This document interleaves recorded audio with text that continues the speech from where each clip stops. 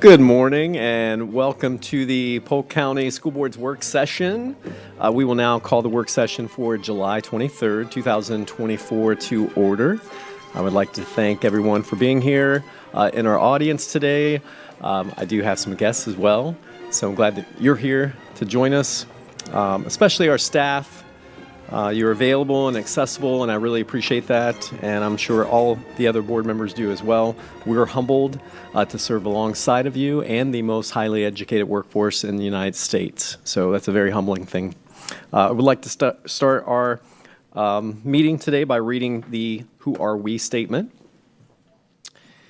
And we are the Polk County Leadership and Governance Team. If we were to pick one word to define us, it would be student-centered, because when we come together, we lean on our diverse backgrounds and experiences to ensure that our decisions are focused on providing a high-quality education for all students. The four most important things to our governance team would be: 1, operating with integrity; 2, respecting our students, staff, families, and each other; 3, establishing a culture where stakeholders feel valued, supported, and have opportunities for personal and professional growth; and 4, supporting an approach of continuous improvement to ensure student outcomes. Collectively, we need to work on behalf of the children that we serve, and we're going to find avenues of agreement so that we can govern the district in an effective manner.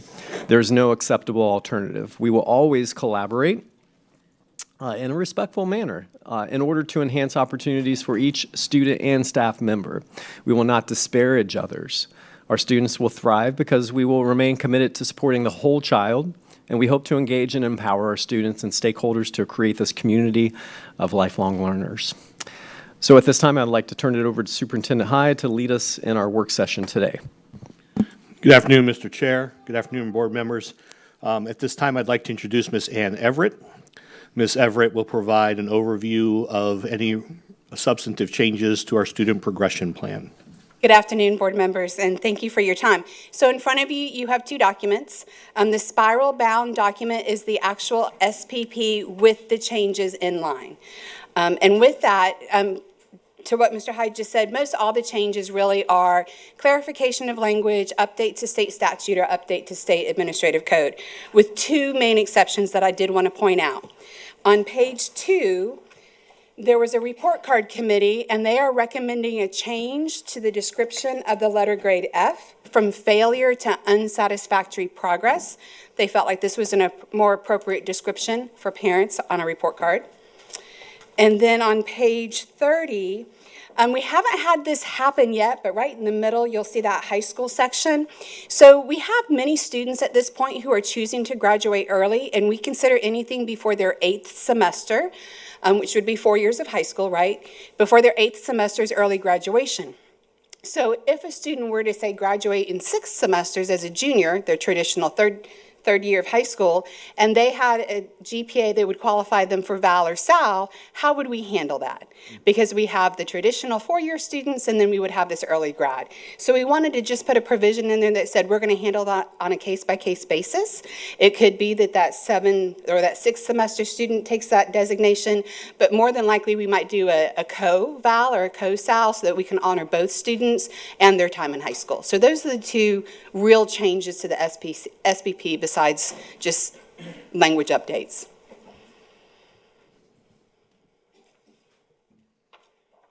Mr. Sharpless?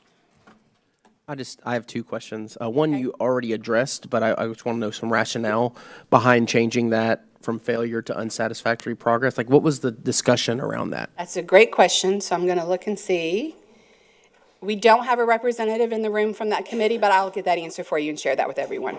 Excellent. Now, my other question, I look at the executive change summary because it's easier for me than going through the whole thing. And the Hope Scholarship piece, it says that it's being moved from the Office of Acceleration and Innovation to Pupil Accounting Office. Yes, sir. And I was just curious if you could discuss why. What's the rationale behind that? Yeah, of course. So when a Hope Scholarship comes in, it's a lot of negotiation. Oftentimes, there's a lot of research and then some negotiation with the parent. But primarily, we were pulling a lot of information from Pupil Accounting as far as what grade level the student is in. If it's elementary, you can look at grade level enrollment for school availability. If it's a secondary student, we're having to go through and research the courses. Are there spaces in each of the courses that student needs? A lot of that information is actually originating from Pupil Accounting. So our office was actually calling that office for a lot of that information, and it was just seemed to make more sense that Pupil Accounting, who does the primary student placement for most programs, go ahead and take over Hope Scholarship as well. And that position moved with it as well. So it wasn't like they got additional duties. The person that actually did the majority of the processing also went to Pupil Accounting. And I will say has picked up additional duties in that office to help their load as well. Thank you. You're welcome. Mr. Sharpless, too, if I could, if you look at the descriptors for the 4 other areas, all of them make specific reference to the term progress. So I don't know that the elimination of the term failure was because of feelings or anything else. I think it was more reflective of how do we remain consistent with our language. So unsatisfactory progress is better aligned with the other 4 areas, but Ms. Everett will follow up with the committee and get you an answer as well. Thank you. Ms. Wyatt? Thank you. For the Val and Sal, is that would they be recognized as Val or Sal for their cohort or in that year? So if I'm a sophomore, I have all of the credits I need. I've only been here, would it be I would walk with my class in 2 years or walk with the class today? So when they graduate after their 6th semester, they walk with the current class because they're actually promoted to senior status sometime within that school year, and they become officially a member of that class. The concern is last year we had a student that was almost in the running and didn't quite make it, and were we honoring that student that had spent 8 semesters in, and all along they were shooting and they had a goal, and then all of a sudden the student comes in, and because they're choosing to graduate early, does that change the makeup of that top tier? And we just want to make sure that we're able to honor as many students as we can, as appropriately as we can. Okay. Yeah, I actually would be not in favor of honoring them with the class with the seniors if they're graduating early. It concerns me for the reasons that you've just said, that if I were to stay in school for another 2 semesters and take all electives, then my GPA is going to go down and I wouldn't be able to be. Potentially, depending on the electives. I don't know that we have enough schools that have all AP or advanced options enough to be able to give them electives that they would need to maintain that GPA. So I do have some concerns regarding that, and I would hope that those are taken into account when it is determined by. And so it just will be determined by the chief of high schools at that time whether or not they get Yes, and in consideration. And to your point, we actually spend a lot of time counseling those students that are graduating either 1 semester or 2 semesters early, mostly because we want to make sure that they know all their opportunities, right? You've got early admissions where they can be a full-time, on-campus college student free of charge. So for a student who's planning on pursuing college, it's not okay to let them finish early when we can pay that tuition for them, right? So we look at those options. We look at advanced coursework depending on what their post-secondary goals are. Is it college? Is it career? Is it internships? So we don't have a great deal of them just because we spend a lot of time counseling them to make sure, while it sounds great, what opportunities are you giving up? And sometimes it makes sense. They want to join the military early. They want to do some other things. But a lot of times, students will say, well, I want to finish early and start college. Well, let us help you do that while we pay your tuition for you. But yeah, to your point, it's a good point. I just don't want to see students trying to game the system because they realize, oh, the kid in my class, there's no way I'm going to be valedictorian of my class, but the class before me I could easily be. That is my biggest. Yeah, and But I think if we need to clarify that a bit too, because that can only happen if they complete by semester 2 of that year. Right. Students who graduate semester 1 must graduate with that class if they choose to come back. Many of our students go off and do other things. But they'd have to be a semester 2 grad completer, and then they would walk with that group and not have to wait an entire school year. So I just want to make sure we made that clarification for people who might be watching this, that there's no way for a semester 1 grad to go retroactively and somehow bump somebody in Val and Sal rankings and those types of things. So, okay. yeah, and there's a promotion requirement. And also to your point, there's some other safeguards about, students that change schools between their junior and senior year. You have to be a member of that senior class the first day to make sure that we don't have students that are trying to do that. Thank you. You're welcome. Yes, ma'am. Ms. Miller. I have just a question about the update to the first one, Hope Scholarships. I thought the Hope had dissolved into the other scholarships. Maybe that didn't go through this legislative session. It might. But are the other scholarships under the same department? Only because sometimes, especially if students are changing matrices and stuff, how is this just for the Hope and not the others? And do we need the others to fall under the same? So it does include the Family Empowerment Scholarships, which encompasses the step-ups. Right. And the Hope Scholarships. Yes, Okay, ma'am. so they're all together? Yes, ma'am. Okay, thank you. Seeing no further questions or comments, thank you, Ms. Everett. Thank you. Next up, we have Ms. Ann Pasco. She'll be presenting the technology plan for the upcoming school year. Good afternoon. How is everyone? Good afternoon, Ms. Pasco. So this is a pretty comprehensive document. We're not going to read it line by line. That would be quite boring. The most important piece of a technology plan is ensuring that it is aligned to the district's strategic plan. So if you look at the document that you have on board docs, there's 4 goals. Goal 2, develop great teachers and leaders. We really look at teacher tools and resources, training and support. Goal 3, engaging family and community. Transparent alignment between strategic plan and the community. Goal 4, equitable and efficient use of resources, equitable and consistent distribution of our resources, and Goal 5, developing the whole child, so expanding academic opportunities and supporting that area. If you keep going through the plan, the important points that really are something that people don't normally think about are IT best practice strategies. So if you look at page 4, you've got 2 different frameworks. We use frameworks in academics all the time. Frameworks are important in technology as well. There are 2 important frameworks that we look at. Our Information Technology and Structure Library, it's been around since the 1980s. You can see lots of different areas that we focus on with best practice to ensure that we can provide technology that supports everything that we're doing. And our NIST cybersecurity framework. So that also aligns with our best practice to ensure that we're protecting and keeping everything the way we need to be. Project management oversight, you can see that again, any project we do, and you can see listed all the projects that we've been working on in the past. Current projects, you can see on page 6, which is every project we're looking at going forward. Some major projects, 2 of them are SAP upgrade, which we've talked about before. I'm sure we will continue to talk about, which is on page 8, and the infrastructure plan. That's a 3-year plan that looks at our infrastructure and making sure that we keep that set up. Page 9 is our E-rate technology. E-rate technology basically is a federal program, lets us maximize any purchase that we make that falls under E-rate. The federal government will pay 85% of it, leaving the school board with paying 15%. And then our technology acquisition plan, how do we acquire our technology, and user support. And that, Mr. Hyde, concludes that presentation. Board members, before I call on comments or questions, please note that As you take the opportunity to review this plan, if there's subsequent components of this plan that you would like Ms. Pasco to come back and address further, happy to do so. But for the sake of time and to allow you time to process and review the document appropriately, I asked Ms. Pasco to keep this brief today and then allow you to communicate with my office as to any additional follow-up that you may require. Mr. Sharpless. I'm looking at software acquisition process and workflow. Yes, sir. On page 11. So I noticed there it says that only school and district administrators will submit requests to the Pure system. Yes, sir. And then the submissions will be reviewed once each year during the Pure committee review season. And I believe we've talked about this before. We have.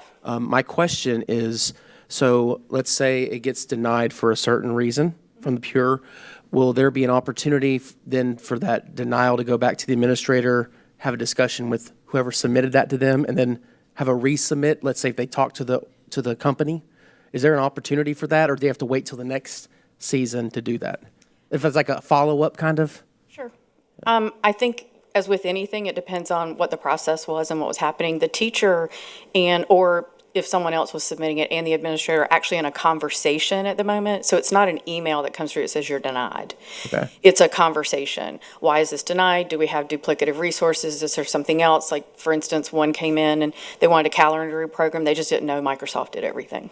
So there's a conversation about that. And yes, if there's just something that is a small challenge, typically that wouldn't be a denial. That'd be, let's work through this challenge. Okay.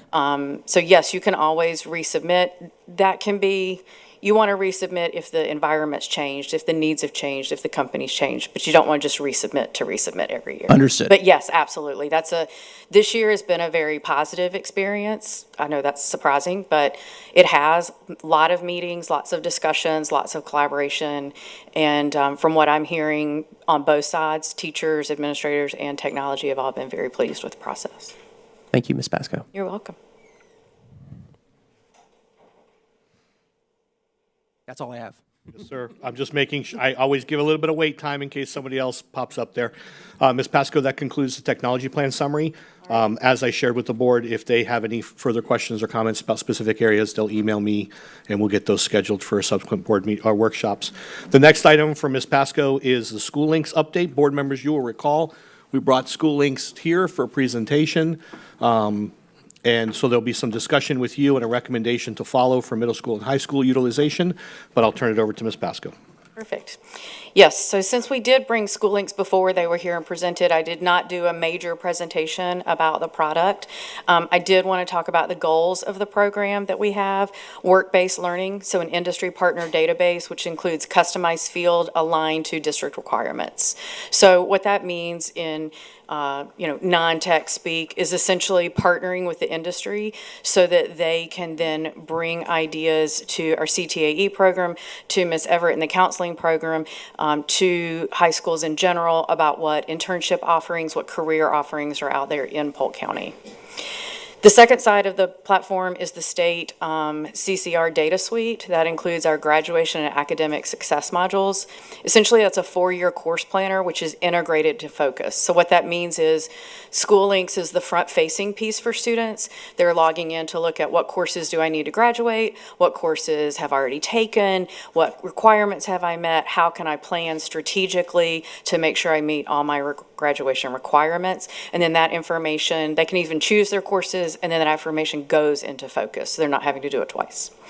NCAA planning, that's very important for athletes. Mr. Dan Talbot does a great job encouraging our athletes to continue their career at the collegiate level, and we know that can only occur if certain requirements academically are met. So this gives a module that lets the student and the parent and the counselor have those conversations collaboratively. Pathway configuration, so looking at the different pathways that can happen. For instance, I work very strongly with George Jenkins' cybersecurity pathway, making sure that those students can see what that career looks like, but look at that pathway progression and what other classes might support them. State individual career planning, so that's our career interest inventories. They start in middle school and move up to the high school level. Parent access will also occur via parent portal.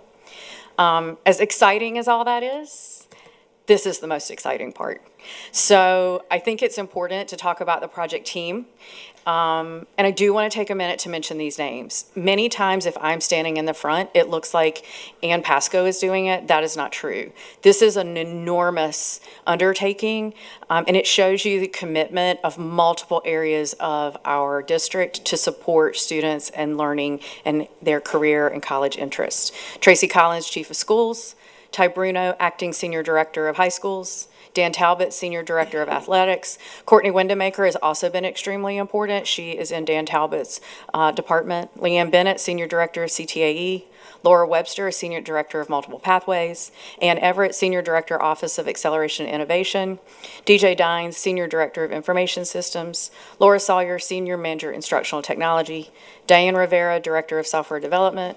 Melody Ryder from the community has been collaborating with us, President of Lakeland Leads, and myself. I did leave one name off of this list, another name that should have been added, which is Monique Tubbs. She's also in the Office of Acceleration and Innovation. In our milestones, what can we expect to achieve during this year? All high school students will have their single sign-on accounts. That basically means they don't have to remember another username and password. But they will have those accounts and ability to review the course catalog for 25-26 course selection.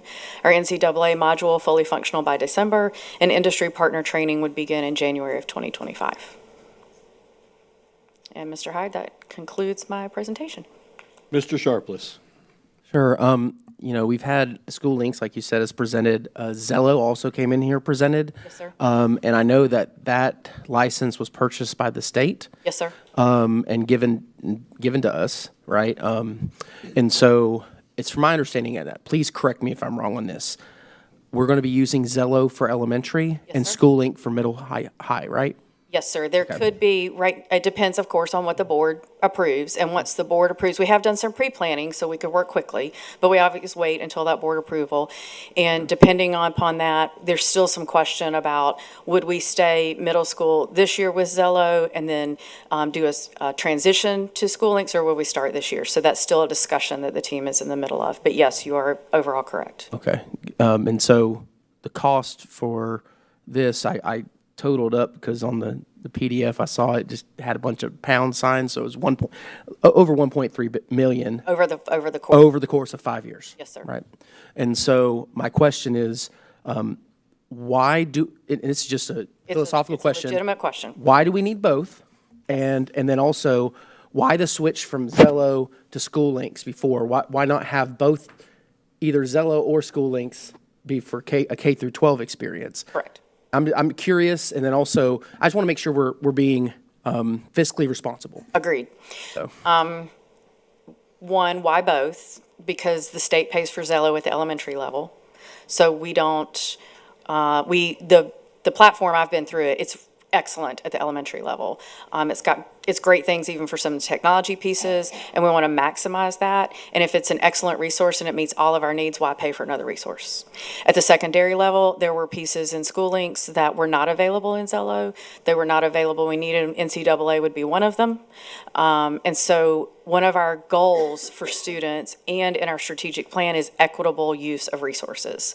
So if we're going to do that, we'd rather maximize one platform for everything that they're doing. So by bringing in School Links, a secondary student who's trying to plan their school progression plan can go into one platform and see everything instead of having to go into one platform for NCAA, one platform Zello for college and career, one platform Focus for doing their courses. So that's why we brought it all together in School Links. I don't know if that answers your question. And Zello cannot do those things? Is that That what is you're saying? correct. Okay. That is, with the time when we looked at it, they could not do all those things. They've worked on some implementation since then, but it's not to the level that we need. The industry partner piece also is very different. So the industry partner piece on School Links allows the industry partner to manage that themselves. So that's not something we will be managing. There will be a process that when an industry partner creates things, they will be vetted before they get to our people, but that is managed by the industry partners that we have within Polk County. Thank you for answering my Is that right? questions. Okay, you're welcome. Dr. Allen? So he hit up some of the questions, same questions I had. And, I think when we were hearing and obviously looking at the features between the two, for me, the criticals were, there seemed to be a little bit more flexibility on development options from School Links, right? As far as customization. So I like that aspect. However, I do like that, we'll continue the partnership with Zello, obviously at the state level, but it gives them an opportunity to see usage and look for new use cases to continue growing and developing that product in particular. But what stuck out to me about the School Links is the 6-year cycle compared to the 4-year cycle. I don't know if you want to speak to that feature. I think that's really important in this conversation as well. But yeah, and you noted the industry-based side, from a database side, sort of handing that off. I think that's an important aspect as well. So I don't know, I'm hearing you talk about the features, but I don't know if you could speak to like, hey, this is really the big difference between Zello and School Links. Those two are the criticals. I think I hope our industry-based partners, they build that infrastructure and continue to service that. I think that's really important to our students. So hopefully we can continue on that, allowing them to be active in that space. Yes, so a couple things. Ann Everett is not here in the room anymore. She would be the best to speak to the 6-year plan, but I can tell you globally overview of that. Industry partners, that is a huge commitment here with that. As you see, Melody Ryder from Lakeland Leads is part of the planning team. She could not be here today because she's actually out working on some grant fundraising opportunities to continue to support this platform as we go forward as well. So that is an enormous commitment, and is also why you see that in our first year to do planning in the spring. There's already, should the board approve it, there's some meetings tentatively scheduled to have some discussions about that and how can the industry come in and create all of that. So that is definitely important. The 6-year cycle is key. It's especially key for middle school students. Just had this conversation this morning. A woman at the network manager training said, when I was in high school, I wanted to learn computers, and my counselor said, don't do that. That will never be a career that anybody will want. She graduated in 1973. It's very hard sometimes to conceptualize what the world will look like in 10 years, especially as rapid changed as it is. And in the middle school, with that 6-year plan, that's when it's important that students start to investigate, start to learn, start to imagine, start to do career interest inventories. What is just available to me? Usually we know what is local to us. We don't know what's available everywhere. So that's why that's extremely important in that middle school level. Start to take those interest inventories. Developmentally, you also start to change. What you think in 6th grade, you might feel differently about in 8th grade. And we want to really get them into also those high school opportunities so that they can see how to move there. So that alignment from 6th through 12th grade is extremely important. I don't know if that answers your question. Yeah, thank you.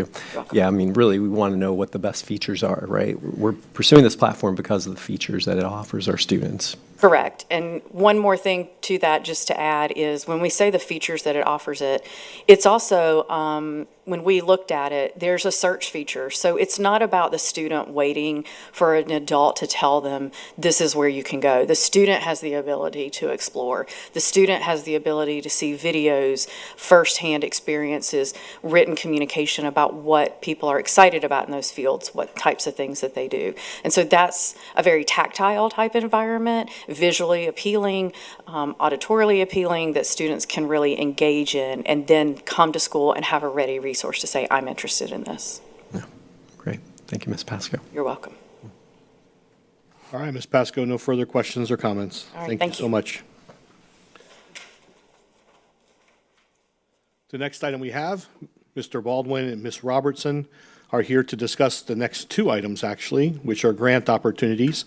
The board will recall that collectively, there was an agreement several years ago that larger grants would always be disclosed to the board as a matter of transparency, while the first grant is only for $720,000. The second grant, which runs concurrently with, is another $851,000, so collectively, it's well over $1 million. So I obviously want to bring those before you, so I'll turn it over to the team. Good afternoon. Thank you for your time today. I'm here to discuss the Stop School Violence Grant. This was an opportunity released by the BGA, which is the Bureau of Justice Assistance.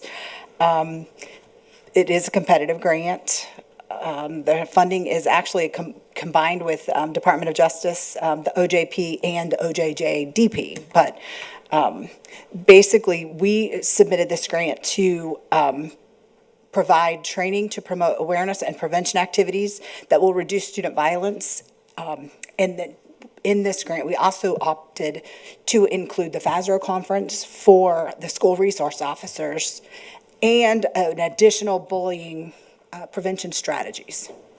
So, any questions about this grant? Ms. Miller? Sorry, thank you for presenting today. Has it been, and this might be for the superintendent, has it been decided on regionally where these grants will be used? I mean, that's not enough probably for the all 100-something schools. How do we disperse the grant to the highest need? So, go ahead. Well, actually, this grant would do multi-layers of bullying prevention, and it would impact all schools. All schools. What we were planning is to have a train the trainer.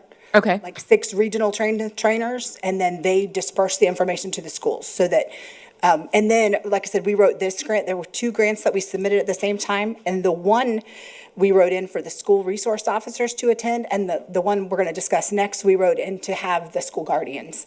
Because you can't write the grant to duplicate services, so Right. we were strategic in our applications to maybe cover all of the school resource officers and the guardians. And the staff, can you mention a little bit about how that, because we do a lot of this, and sometimes it rolls out really well to some schools, and other schools have no idea, and when I ask about it, they have no idea what I'm asking about. Since the school resource officers and the guardians are not part of the day-to-day, they are not supposed to be the ones touching this, not literally, figuratively touching the students with bullying issues, what staff will this go to? This one was actually with Shannon Gillespie's team. Okay, She was the one that would want to lead this up and spearhead her department services. okay, thank you. There are no further questions or comments on that grant. You may move on to the second one. Okay, and the second grant is enhancing school capacity to address youth violence. And I kind of spoke this in the previous one because we wanted to be strategic in the school guardians and safe schools. They really want to get as many people to the FASRO conference as possible. I think it's inexpensive, 3 days, and then you've got to pay for lodging and all of that. So again, we tried to do this, but this one we were going to combine with MTSS services, which is Lydia Roberts and her team, to train the trainers and also, try to get it filtered down to the schools to allow for the PBIS activities, which would benefit the students at each of the schools. So it would touch all of the campuses. Dr. Allen? Yeah, thanks for sharing, giving us an update on this. I'm a advocate for the PBIS. I mean, this is, a big initiative when we look at it and and the intention to grow it as well. So, and then just, deeper down in our agenda, we have the report. And I'm just looking through that extensive list of the work that you're doing. And, well, first of all, a competitive grant, so thank you for the work on that. Anytime I see that, I get excited. So, again, thanks for the work that you've done on this. We can see that grant report, that's later in that informational item, and see how extensive the work is that you're doing, so thank you. There are no further questions or comments. Thank you both very much. Next up, we have Teresa Griffin and Mr. Chad Davis.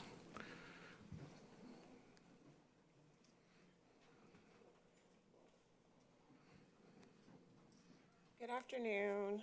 Good afternoon. I only have one policy update for you today. I do want to mention that over the past school year, the 23-24 school year, we brought approximately 150 different policies to work sessions that we've worked through, and we're almost through all of those. Like, we have some that are being voted on tonight, some that are on public hearing tonight, that'll be voted on next month, if all goes according to plan. And so that gets us up to date for everything that happened through 2023. As you know, there's a legislative session in 2024, early 2024. We just got that update from Neola. So we probably have close to 80 policies that we're going to be bringing you in the fall. So we will work through those. We just got that, so we're working through getting that language put into our current policies. We have to wait for some of them to be voted on by you so we can have the most up-to-date language. But that's what's on the horizon. So I just wanted to let you guys know about that. Today we have policy 6326, which is our bid protest policy, and this is a new proposed policy. It just outlines our bid protest process. Previously, this was included in policy 6320, and now it'll just be a standalone policy. Does anyone have questions about? Mr. Sharpless? I just have a quick question. Okay. When I'm looking at the policy, I noticed that struck out will and added will not be permitted for the filing of a notice or protest or formal written protest by facsimile. I was just curious why we're not accepting faxes anymore for this.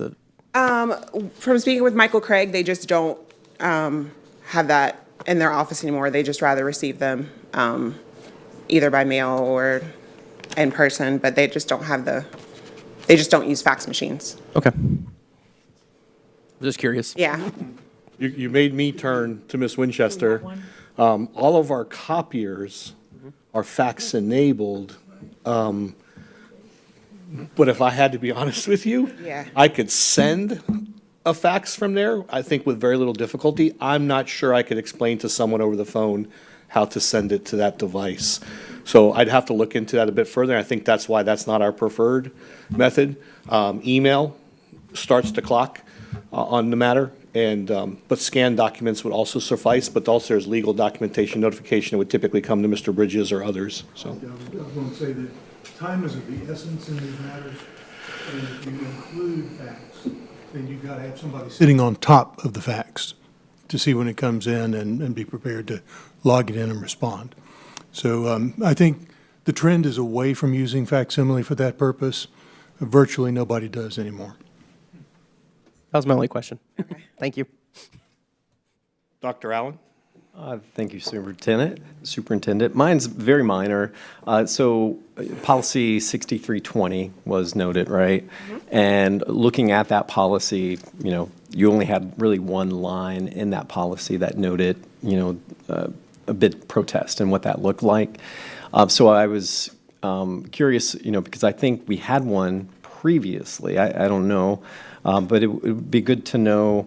And I think the question is around the amount of time that a vendor would have to protest. So, for example, in the current policy 6320, it just says 10 days, whereas in this proposed change in 6326, you've got 72 hours. So I'm wanting to know what that discussion looked like to go from 10 days to 72 hours. Yes, sir. All of the timelines come directly from statute. It's 120.573. And so none of those timelines are anything that we created internally, like it comes straight from statute. In 6320, it used to detail out more than just the one line that you're talking about. It used to spell out almost exactly what this 6326 looks like. When we updated 6320 a few months ago, it removed some of that language, and so it's putting it in this policy now.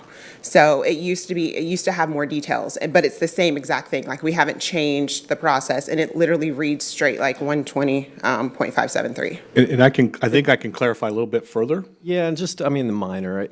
If the statute says 72 hours, right, yes, that's fine. We have to abide by that. I would say if I was a small business, right, I'm just thinking about it from that perspective, and I don't have the capacity to have, litigation services at my disposal. So, and then, we basically, disallow, whatever, we go out for an RFP and we don't, we sort of undermine the small business.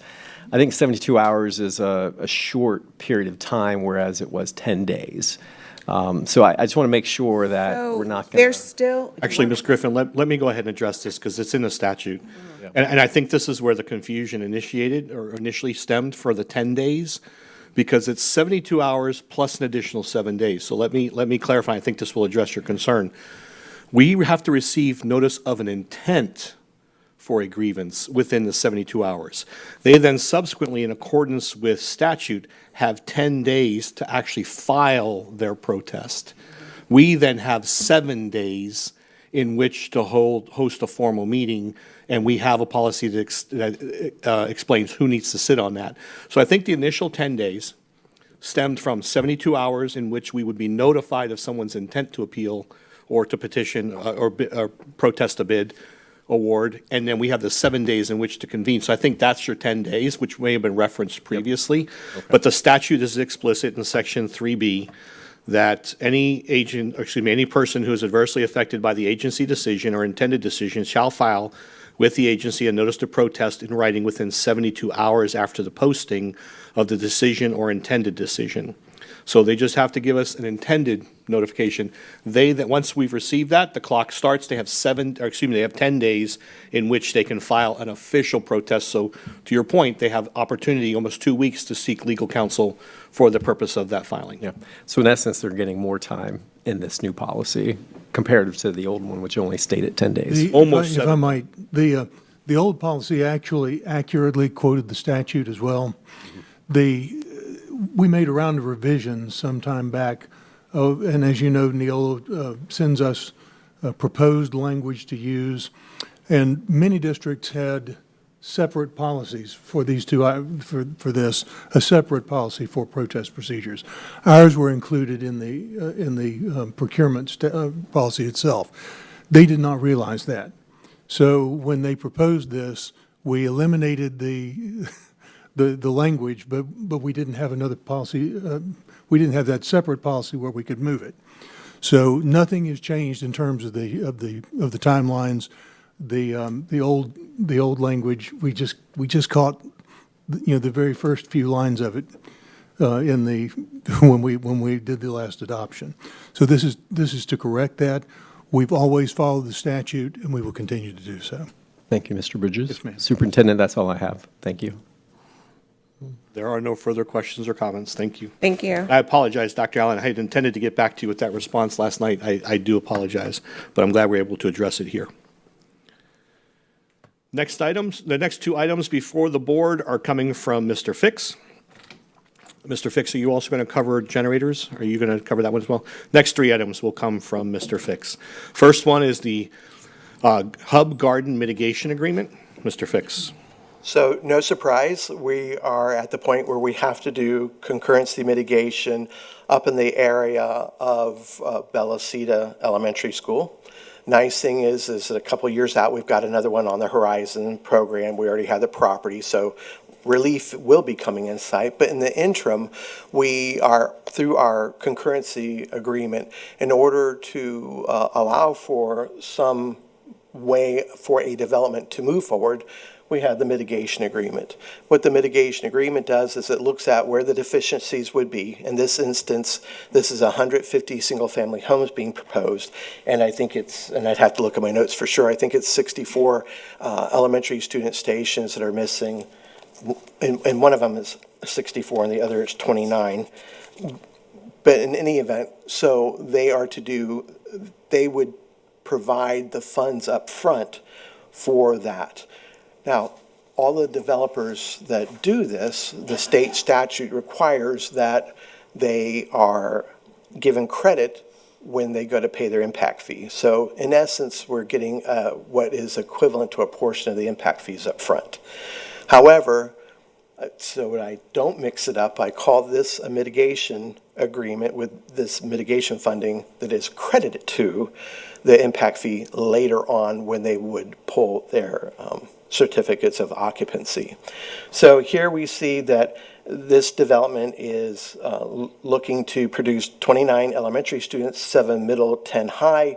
Those schools that would be impacted, Bella Cita, Citrus Ridge, Davenport High School, where we found the deficiency, oh, and it's right here, sorry. Where we found the deficiency was at the elementary level with the 29 student stations. We used the cost of student stations as laid out by the Department of Education off of their website. They have a month-by-month one that we go by, just so that there's no question about that. We use that as a multiplier to come up with that total.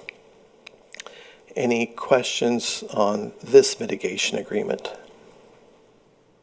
And this would be coming, we're hoping, or we're anticipating that this would come August 13th. It might come later. It depends on the developer and when he or she gets all their paperwork and everything in a row as to when that would be coming forward, but either the August 13th or soon thereafter. Hang on, Dr. Allen. Just Sorry. minor. So the funds that are coming in on this mitigation agreement is attached to what project in particular in the 5-year capital improvement? And I don't remember the pre-construction designation that we've given it, but it's the elementary school that is up where the property we have located, both an elementary and a middle school property we have located up that way. So these funds are much more restrictive than a typical impact fee fund. So these would have to be used to remedy a solution for the school that they're impacting. And that solution would be the opening of this new school up in that area. Right. Yeah. So if you can just send me that, that'd be great whenever you get Yes, sir. an opportunity on both of the mitigation. Yes, sir, because it is actually to both. You're proceed. Okay, so moving on, the next mitigation agreement is Sedona Ridge Mitigation Summary. This is right next door to Citrus Ridge, as you can see from the aerial. This is the first phase of what is, at this phase at least, is a multifamily development. And the multifamily in this first phase is 329 units. So in doing so, we have the schools impacted are Citrus Ridge, Davenport High School, a deficiency of 64 elementary student stations. Once again, same student station costs for a mitigation fee of $1,787,072 for this. Same situation, the mitigation fees would be applied for that school up in that area of the county, which I need to get to you, Dr. Allen. There are no questions, sir. All right. Board members, the next item, you may recall a little over a year ago, the Florida legislature and the governor approved some additional funding for the school district through an additional allocation to provide mobile generators for our school district. It's interesting that it takes this long to cut through all the red tape and jump through all the hurdles and everything we have to do with the state for approval and those types of things, but we're very pleased to provide you with an update. So I'll turn it over to Mr. Fix. And let me first say, my colleague Joshua McLemore has been the one to work on all these. He's out of town. That's why I'm presenting these in his stead. But as the superintendent said, he's been working on this. It has now come to fruition. This is a reimbursement grant for $1 million, and we're looking to use this for the procurement of the 7 relocatable generators to provide the power at the shelters for the school sites. Again, board members, just in case anybody does not recall, or just to give me an opportunity to share with the community again, the other portion of this is that post-storm, when our county can return to normal operations, any community that was adversely affected, we would mobilize these generators to that location to assist them with their recovery efforts. That was a portion of the agreement we had with the state, that given Polk County's centralized location and the likelihood that we would make it through storms successfully, we would be able to facilitate and assist those around us as needed around the state. So that was part of the agreement. That's why they're mobile generators and not static generators. And I just want to make sure we provide that clarification and reminder to each of you. So really for us, the biggest investment is the hookup, the physical hookup for the generator. But this will allow us to maintain the integrity of our power. Last year, you may recall that many of our schools lost power. And that means, depending on the amount of time that schools lose power when they're a shelter, that we run into problems with being able to recharge our walkie-talkies and those types of things. So we've taken additional steps with Mr. Davis and others. We now have power banks and other things on our campuses that we've been updating and upgrading. So we're in a much better place to operate our shelters. And thank goodness, I think we do an excellent job of that. The team here in the county do an excellent job of coordinating those events for us. And each year, after a post-storm meeting, we take the opportunity to reflect on what we did really well and where are the opportunities for improvement. One opportunity for improvement that we recognized last year As many of you recall, both McKeel and Ridge Community High School are medically fragile locations, with Citrus Connection being the primary source to relocate those patients to shelters, and the timeline in their limited resources, because their drivers can only drive so many hours a day, and there's over, I want to say there was over 800 individuals that were on a list that needed to be relocated. They need more time. So we were shutting down schools almost a day and a half prior to the arrival of the storm, which can be quite frustrating for families and others. And for us, because we want to make sure we can maintain that continuum and that momentum. What we've been able to do now is on those campuses, we will isolate the gymnasiums, allow those individuals to move onto the campus, and we will continue to operate as needed until such time as the inclement weather impacts our operations. And we do a pretty good job of communicating that with our staff and our parents. So just want to provide a little bit more details there. And Superintendent, I'm sorry. I had Mr. Sharpless, but yes, ma'am. Go ahead. Mr. Sharpless.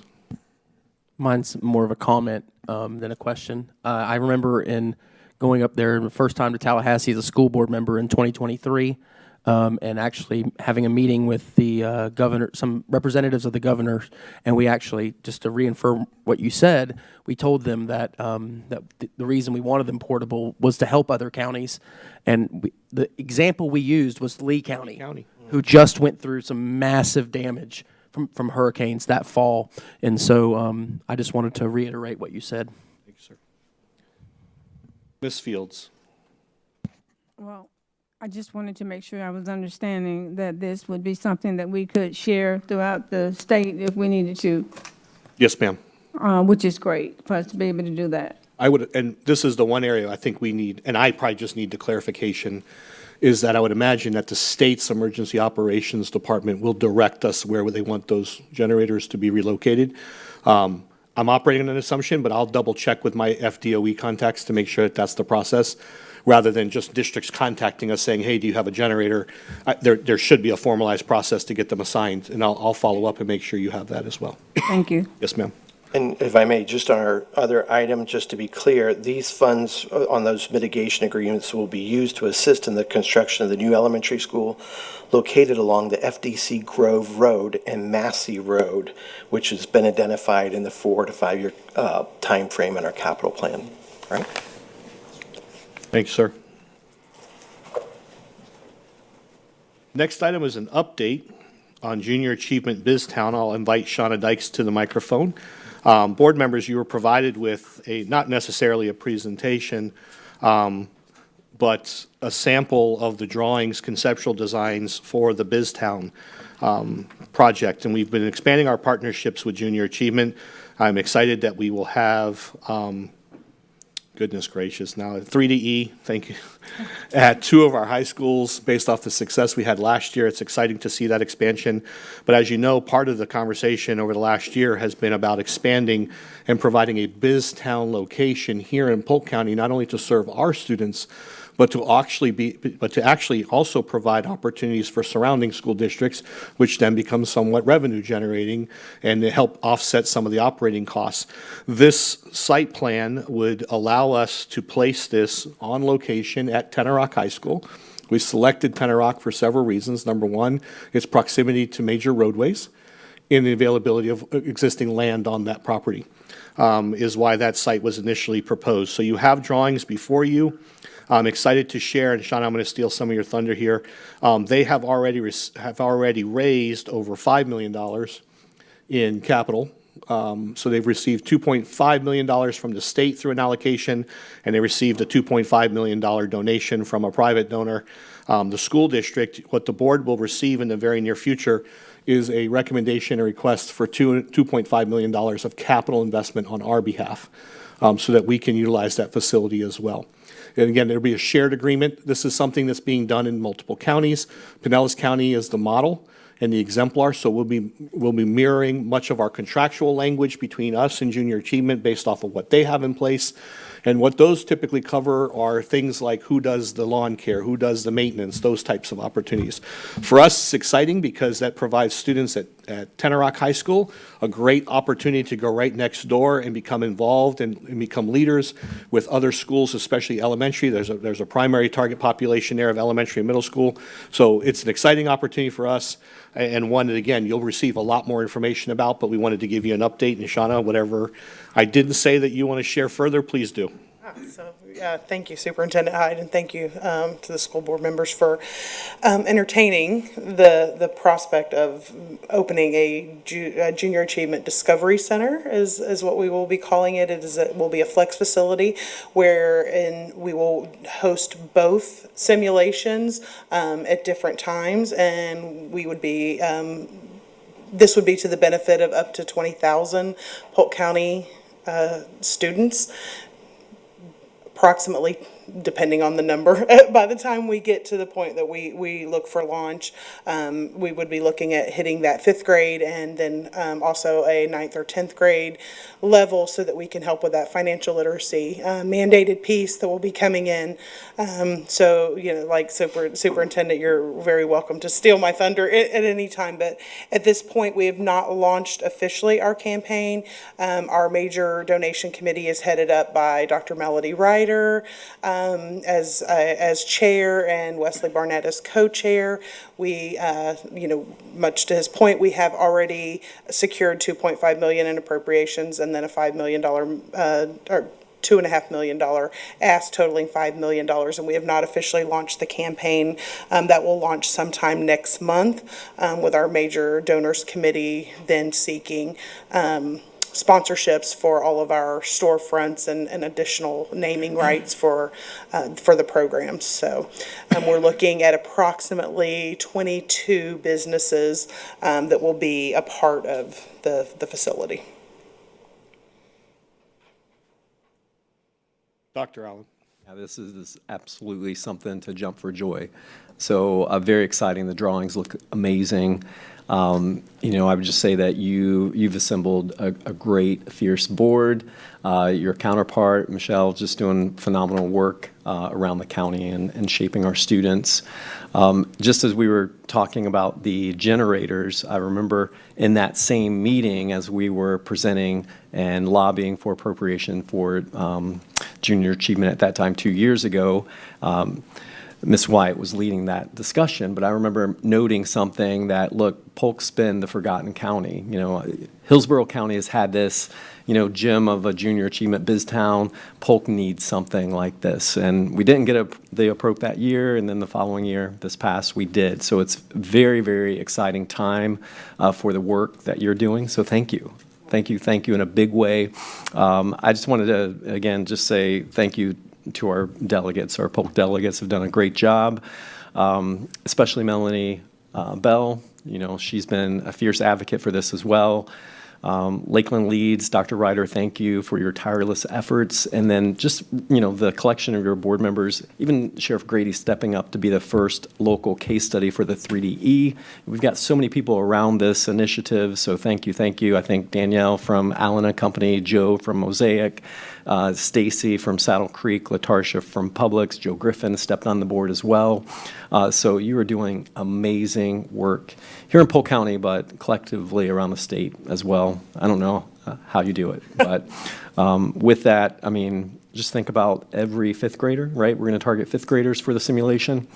Wow, every 5th grader in Polk County can have access to this gamified simulation around financial literacy. Really, really exciting. So big things happening indeed. So thank you for the work that you're doing. Thank you, Dr. Allen, for your great comments. I appreciate that. One of the most exciting things for me is that some of our Polk County students do have access to our Tampa campus. It's beautiful. It's, you know, but there's a lot of barriers that keep, and we have mostly charter and private schools from Polk that get to attend, and we have such a need here in Polk County for our students to be able to have the same access to that education, so I appreciate that. Ms. Miller? Hello, thank you. I think Chair Allen went through all of the thank yous. I have a logistics question, and this might be for later on, but the security in between the two facilities, I would like to see what that looks like if we have to fence it completely off and what the in and out looks like. Can you tell me what because looking at this, I had to ask to make sure it was on the same side of the road. Can you tell me what entrance that will come off of? Like how you will come into that campus? So yes, actually, it kind of got sidetracked a little in the last few weeks because of some of the impact reporting that we've had. So the original plan would be on the backside of the Tenor Rock campus where the old softball field was, and so you would have to come off of, I think it's Old Dixie, and then come around to the backside of the property. Right. Because of some of the reporting and impact, they're going to be moving that. So we don't have the exact location on the Tenor Rock property that we will now be building. That is in process. So that is a great question. I mean, Superintendent Hyde may be able to address that a little more. We've talked about some of the security. Our Tampa campus is completely fenced off, even though it's on a school property. But logistic wise, as far as sharing, Drives, I'm thinking, like, yes, it will be a separate dedicated entrance. okay, thank you. It will have to be gated under the new Safe Schools laws. And that's why I said those are some of the details. We've talked about a guardian's presence. We've talked about those things. We just have to finalize and bring before you those details in the contract. So, good question, no, Ms. Miller. Ms. Wyatt? Thank you. I wanted to reiterate a little bit of what Dr. Allen said, and just to say thank you for you all for continuing to push this forward. I think my first meeting with Melanie about it was in her office in Tallahassee in 2019. So this has been a long time in the making. She's run that bill for the appropriations bill for us twice, maybe 3 times now, before it finally got the gold seal of approval. So it's exciting to see it officially happening.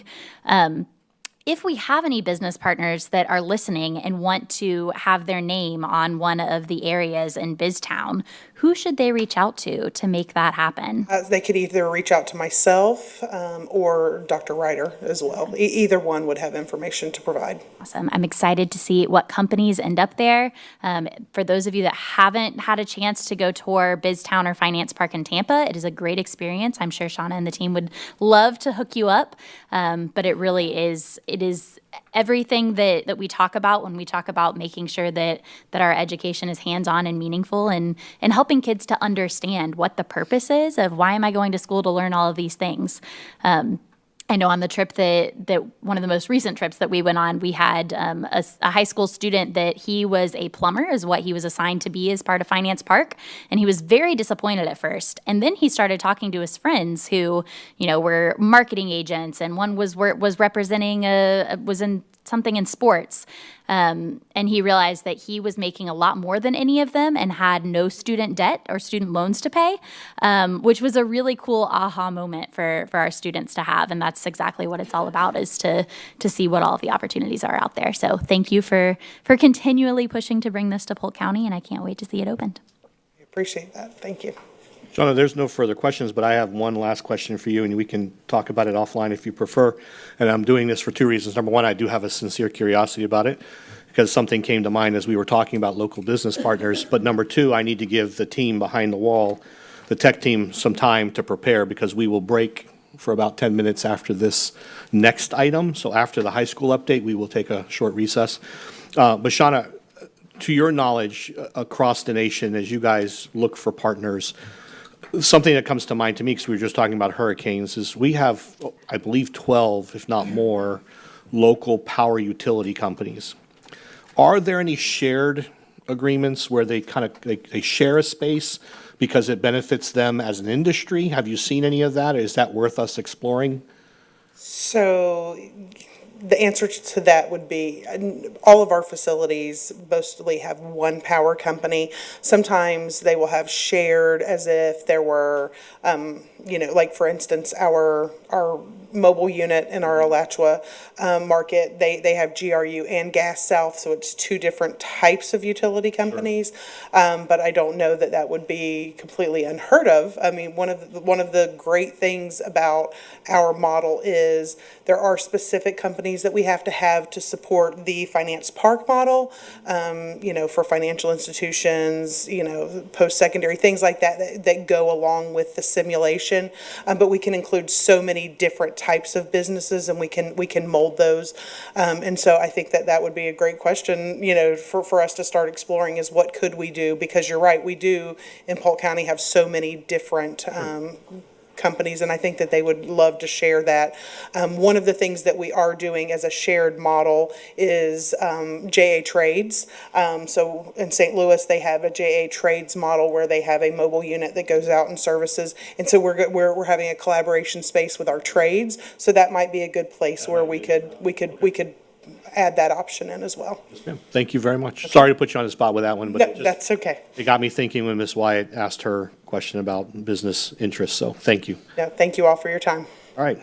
Next item is the high school update. Let me clarify further. This is the Point Siena replacement or new high school. Point Siena High School. Well, no, I'm not saying Point Siena High School. This is the Point Siena site that we'll be looking at, or Point Siena area, I'm sorry. Let me clarify even further, where we're considering, as you know, we've had two bidders, two submissions. So Mr. Pitts is here to provide a summary of where we're at and the approximate timeline moving forward. Mr. Pitts. Thank you, Superintendent. Yes, back in April, we put out a notice that we are going to have an invitation to negotiate, which is a new process that the school board is following to follow up with the P3 proposal that we received from Building Tomorrow Schools to provide a high school in the Point Siena area that, as we just said, it's not the name of the new high school, just the general area of where that high school will go.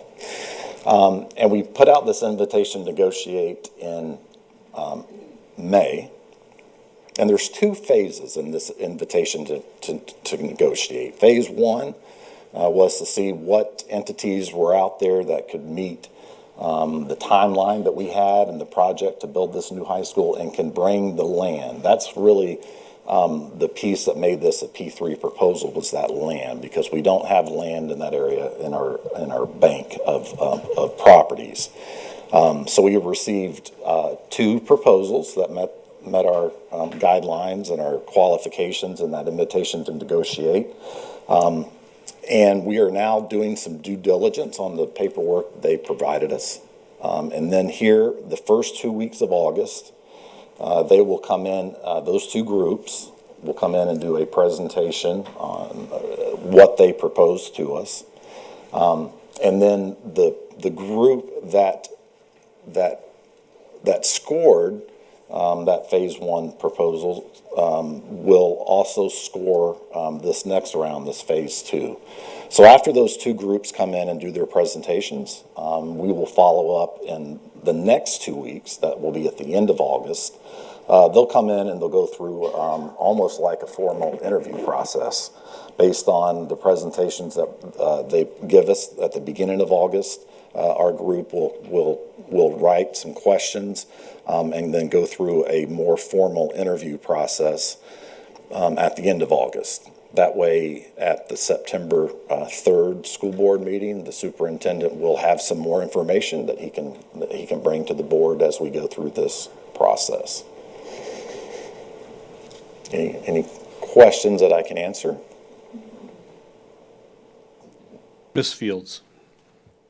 I'd be interested in knowing who is going to be sitting on that evaluation team.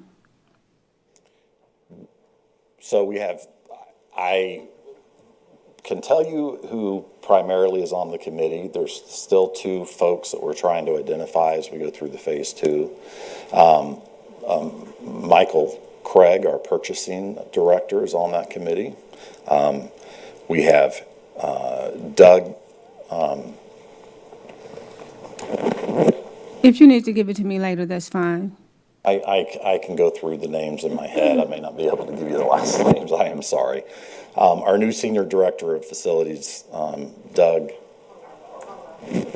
Harwell, and I am sorry, Doug Harwell, if you're watching this, for forgetting your last name. If you know Doug Harwell, he was assistant principal at Davenport, was there when that school was built. So he's got a good perspective as a former administrator. He is on that committee. Heather Jenkins, our CFO, is on that committee. Rob Davis, our senior director of support, assistant superintendent of supports, Rob Davis is also on that committee. We also have, I'll follow up. Let me follow up with you. I'll give you the. That's good, thank you. I am sorry. No, I you're just- good. I'm just curious, but thank you. Mr. Sharpless? I just want to make sure I heard you right. So September 3rd, work session, we'll have some sort of update after all the interviews and everything? Is that when there's going to be a recommendation, or? There will probably not be a recommendation that soon. After the second round of, I'll call it an interview process, the second round, this committee will then give some recommendations to the superintendent on what the next round, well, I say round, what the process will look like going forward. This is a very complicated process because we need to review the land, the 2 pieces of land that are out there. We'll get into more discussions about design and what their offers, what their proposals really will give the school district. So I don't anticipate until we get to probably about October that there will be maybe a more formal recommendation by the superintendent to the school board. Okay, there are no further questions, sir. Okay. Mr. Sharpless, did you have anything else? Nothing. Okay. We will take a recess for 10 minutes. We'll make it 15. We will come back at 1:55.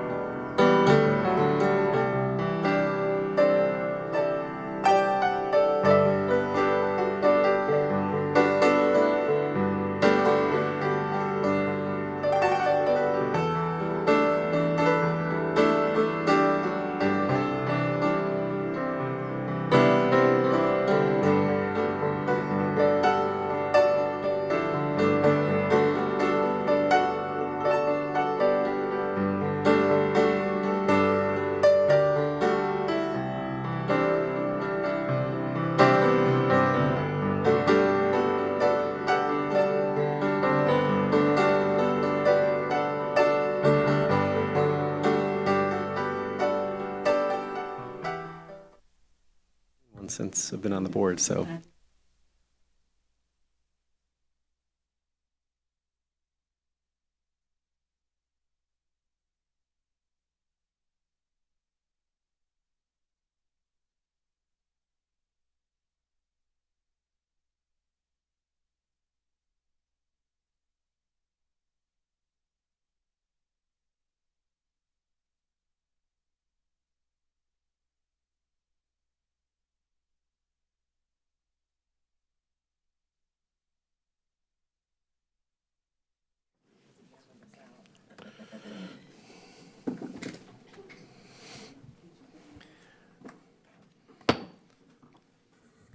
I would like to call this work session back to order.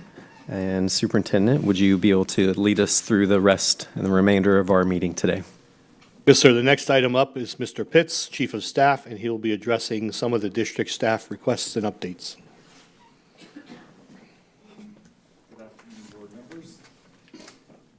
You, I handed out part of the district reorg file, a hard copy.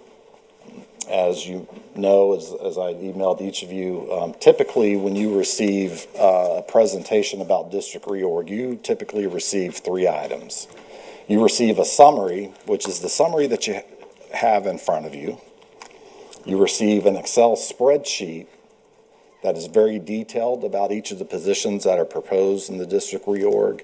And if there are any job descriptions that need to be updated or proposed in the district reorg, you'll receive those job descriptions, and you'll also receive the org chart, which is a picture representation of each department and the positions that may be added or changed in the district reorg. The Excel spreadsheet, I lost that Excel spreadsheet because of I just honestly did not save it when I needed to save it. And Dr. Allen, that's not a good thing, is it? No. Okay. Just wanted to bring a little levity to the situation.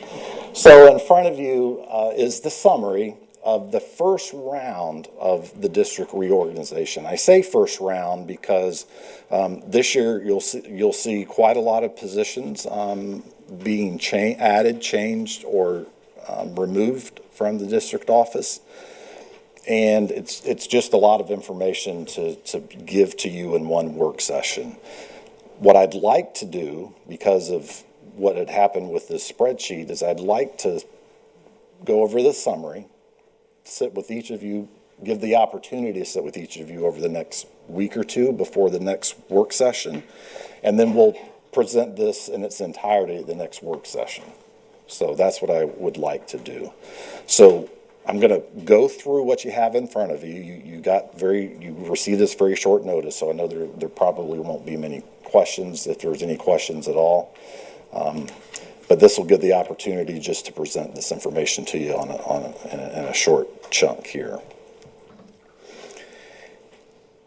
The other thing I'd like to mention is, as we see salaries, the salaries are always a proposed salary level based on what we guess the experience level is at a person coming into the position. So those salaries aren't necessarily set in stone. That's always a little sticking point or a question that employees may have about a position, but these are not 100% definite because it depends on the experience of a person coming into the position. So the first change that you will see in the district reorg is under the Office of the Superintendent. And this would be an upgrade to the Senior Coordinator of Policy and Public Records. We'd like to upgrade that to an Assistant Director of Policy and Public Records. The cost of that would be approximately $14,000, $14,701 with benefits. This position has continued to take on more responsibility as the department addresses public policies of the organization's complexity of new state statutes. The next area that you'll see some changes is in the Office of the Superintendent under the Career Technical Adult and Multiple Pathways, also referred to as CTAE. That is in the teen parent program. That teen parent program continues to grow. And not only does that teen parent program have children of our students, they also provide some daycare and childcare services for the schools that they're located in. And they need an additional, 2 additional pre-K para childcare positions. The cost of each of those positions is $64,768 with benefits. Times 2 of those positions would cost $129,536. Next change that you'll see in the proposed reorg is under the Office of the Deputy Superintendent, under the Division of Schools.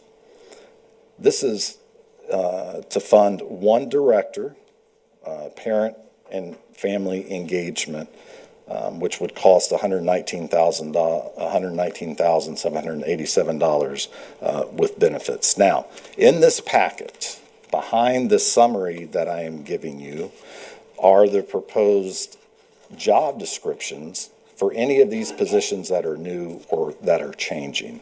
And this is a brand new position.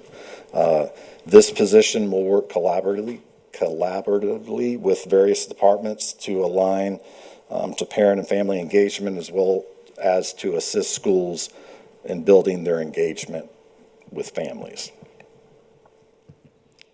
The next change that you would see under the Division of Schools is to upgrade a principal on assignment position to Senior Director of Transformation. The cost of the district with benefits would be $23,058.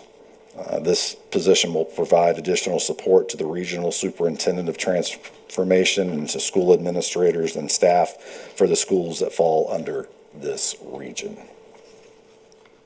Moving on to page 2.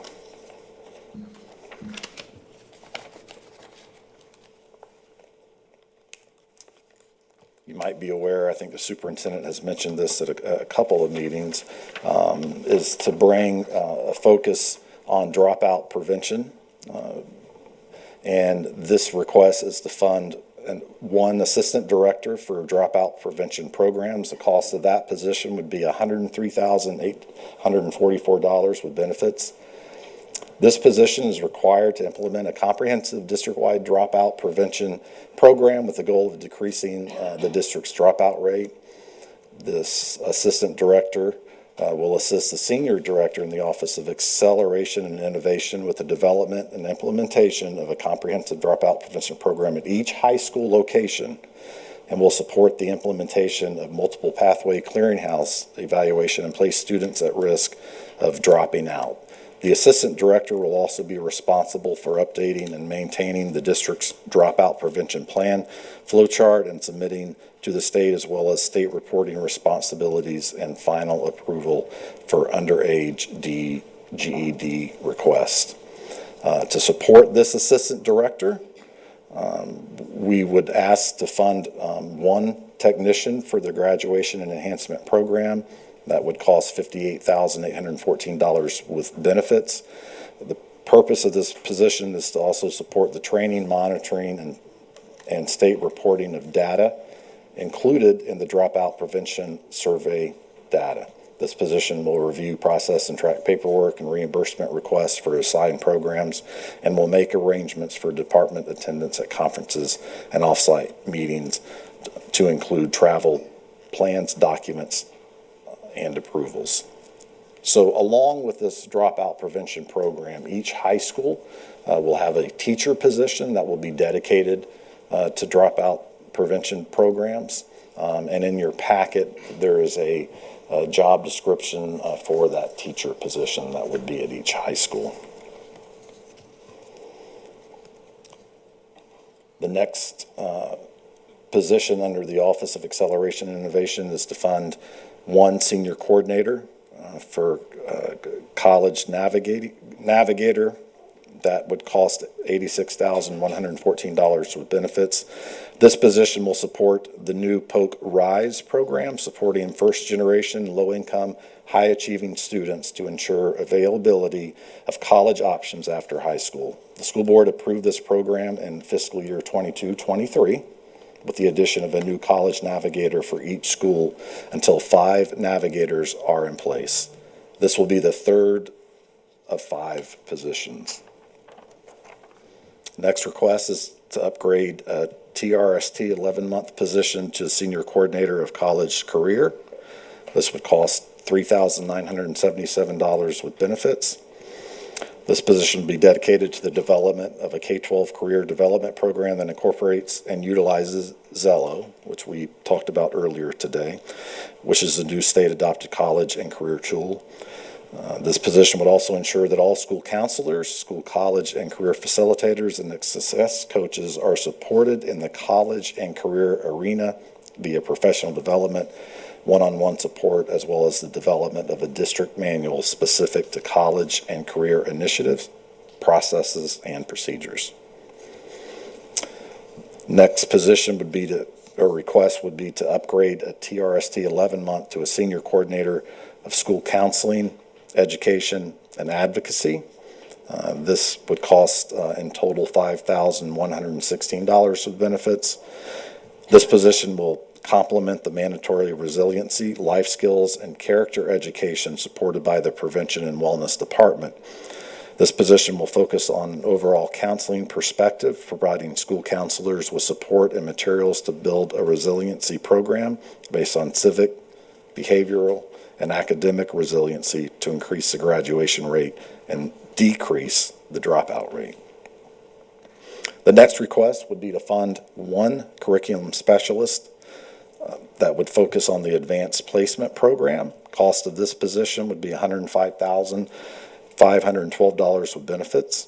This position will focus on growing and increasing both participation in performance of the advanced placement program across the district. This position will provide additional support and assistance to teachers and school-based administrators. Moving on to page 3. Under the Chief Academic Officer of Teaching and Learning, under Chart 14 and under the Department of Literacy and Media Services, the request is to fund 1 curriculum specialist of literacy, cost of $105,512 with benefits. This curriculum specialist will focus specifically on grades K, kindergarten, and first grade as the district continues to address literacy. This position will collaborate with school administrators and teachers at elementary schools across the district. On Chart 16, which is educational systems and foundational learning, underneath the Head Start program. These are under that Head Start program. The request is to upgrade a program nurse to a health manager. The cost of this would be an additional $20,813 with benefits. There are increasing health and nutritional needs for the families in the Head Start program. This position will establish goals for health, dental, and vision, and community partnerships will develop relevant policies and procedures along with interpreting, clarifying, and ensuring compliance with Head Start performance standards. There's also a request to unfund several vacant positions. One is a program nurse, cost of $64,768. Unfund 1 health advocate, cost of a savings of $76,199, and to unfund 2 vacant social work positions with a total cost of with a savings of $138,750. Another request to fund 1 child care specialist, cost of $50,633 with benefits. This position will provide follow-up with families, staff, and providers on any abnormal screening results and concerns noted by family or staff and referrals from providers. This position will evaluate immunization status of children before enrollment and will act as a liaison between the early childhood program, family services, and school nurses. There's also a request to fund 2 CDATs, cost of $44,147 with benefits. The cost of both of those positions would be $88,294 as additional CDATs are needed to support the growing population of the Head Start program. Last for Head Start would be to fund 2 interventionist facilitators. Each of those positions costs $74,444 for benefits. The cost of 2 of those positions would be $148,888. Additional interventionist facilitators are needed to support the growing population of the Head Start program. All right, moving on to learning support, ESE and student services, which are on chart 18. The request is to fund 1 assistant director of student services, section 504. Cost of this position is $103,843 with benefits. Increased workload across the district is requiring administrative support across all areas within this department. This aligns with other departments in the division. This position will focus on challenges related to 504 procedural compliance and to address the broader systemic concerns. Moving to page 4, request is to fund 1 senior coordinator, section 504. In this department, the cost of $86,113 of benefits. This position will support the Assistant Director of Student Services in Section 504 to focus on the challenges related to 504 procedural compliance and address the broader systemic concerns.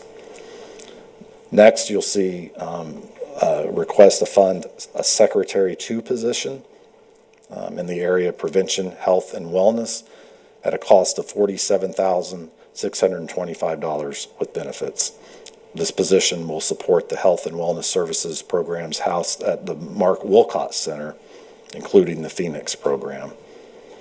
Next request is to fund a secretary. Jason? Yes, sir. Hang on one second. So Yes, sir. I just want to kind of pull the board because you've got a few more pages here, and I want to make sure that we're meeting the board's expectations and their preferences. Would you prefer that Mr. Pitts continue to go through line by line, or would you prefer to utilize the time over the next 2 weeks to review the document and come back to us with any questions or concerns or comments that you may have?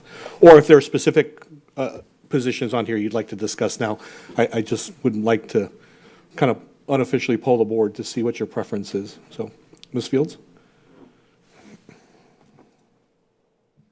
Or to have everything at once and be given an opportunity to review. I would love to see the organizational chart and the spreadsheet that Mr. Pitts is needing to work on. So, That's just I me. see heads nodding. Ms. Miller? I appreciate that you've offered to meet with us individually, because I'd like to review those documents. I don't know that you need to read this to me line by line, but if you feel like you need to read it into the record or to the device, that's good as well. I mean, we've already discussed that we'll be meeting to go over this.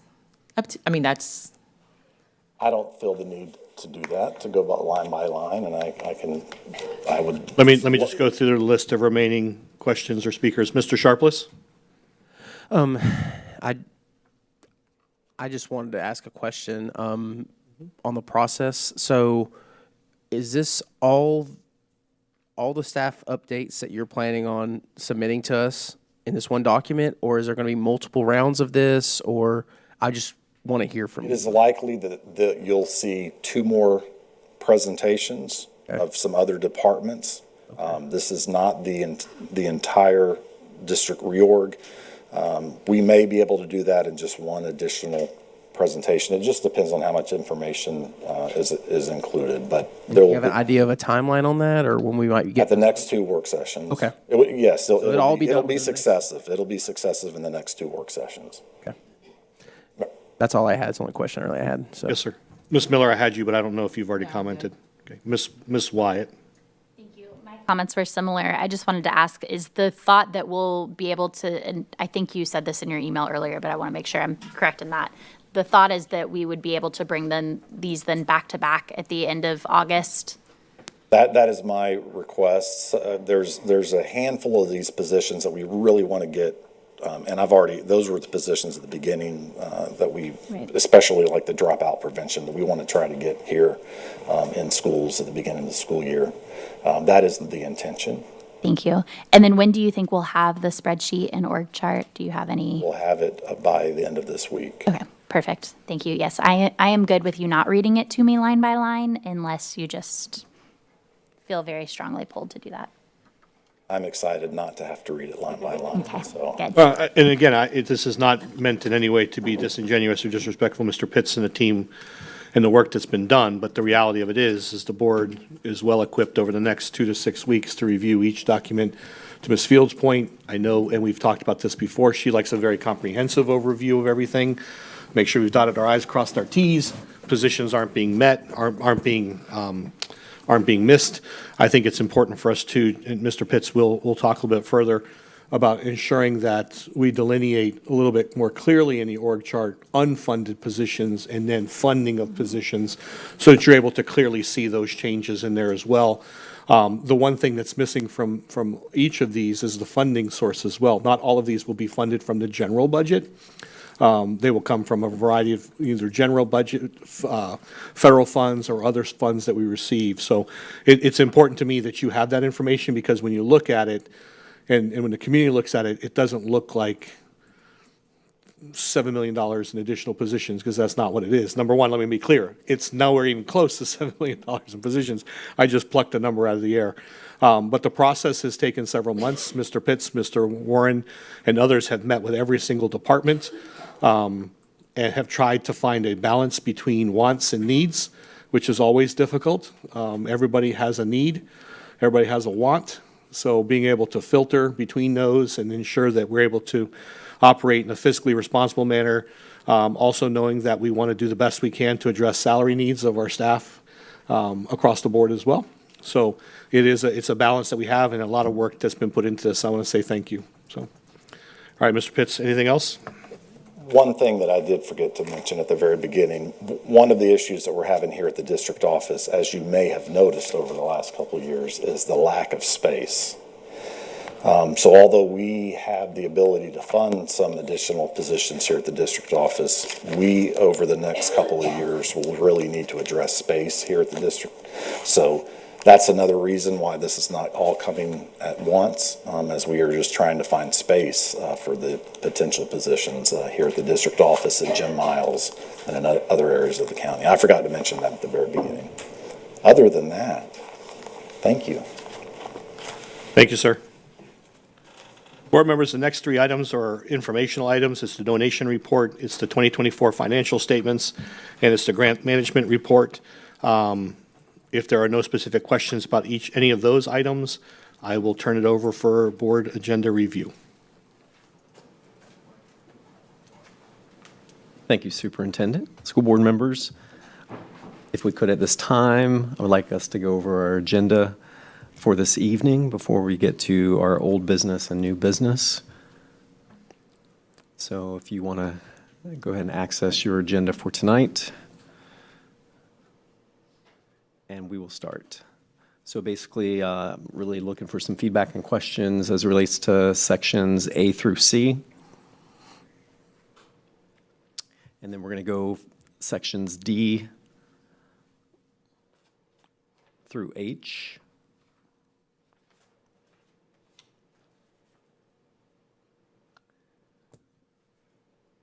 All right.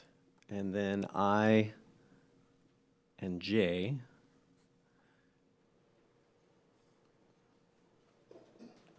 Okay. And then K and L.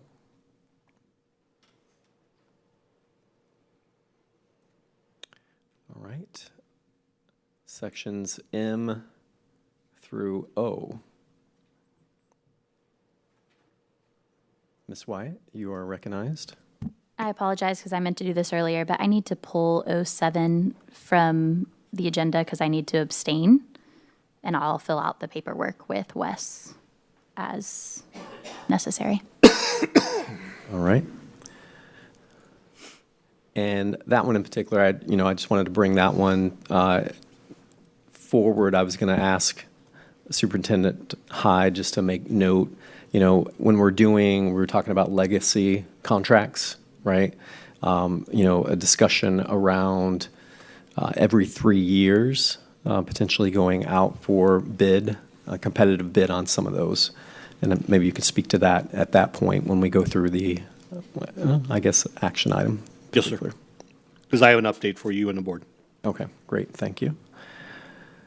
All right.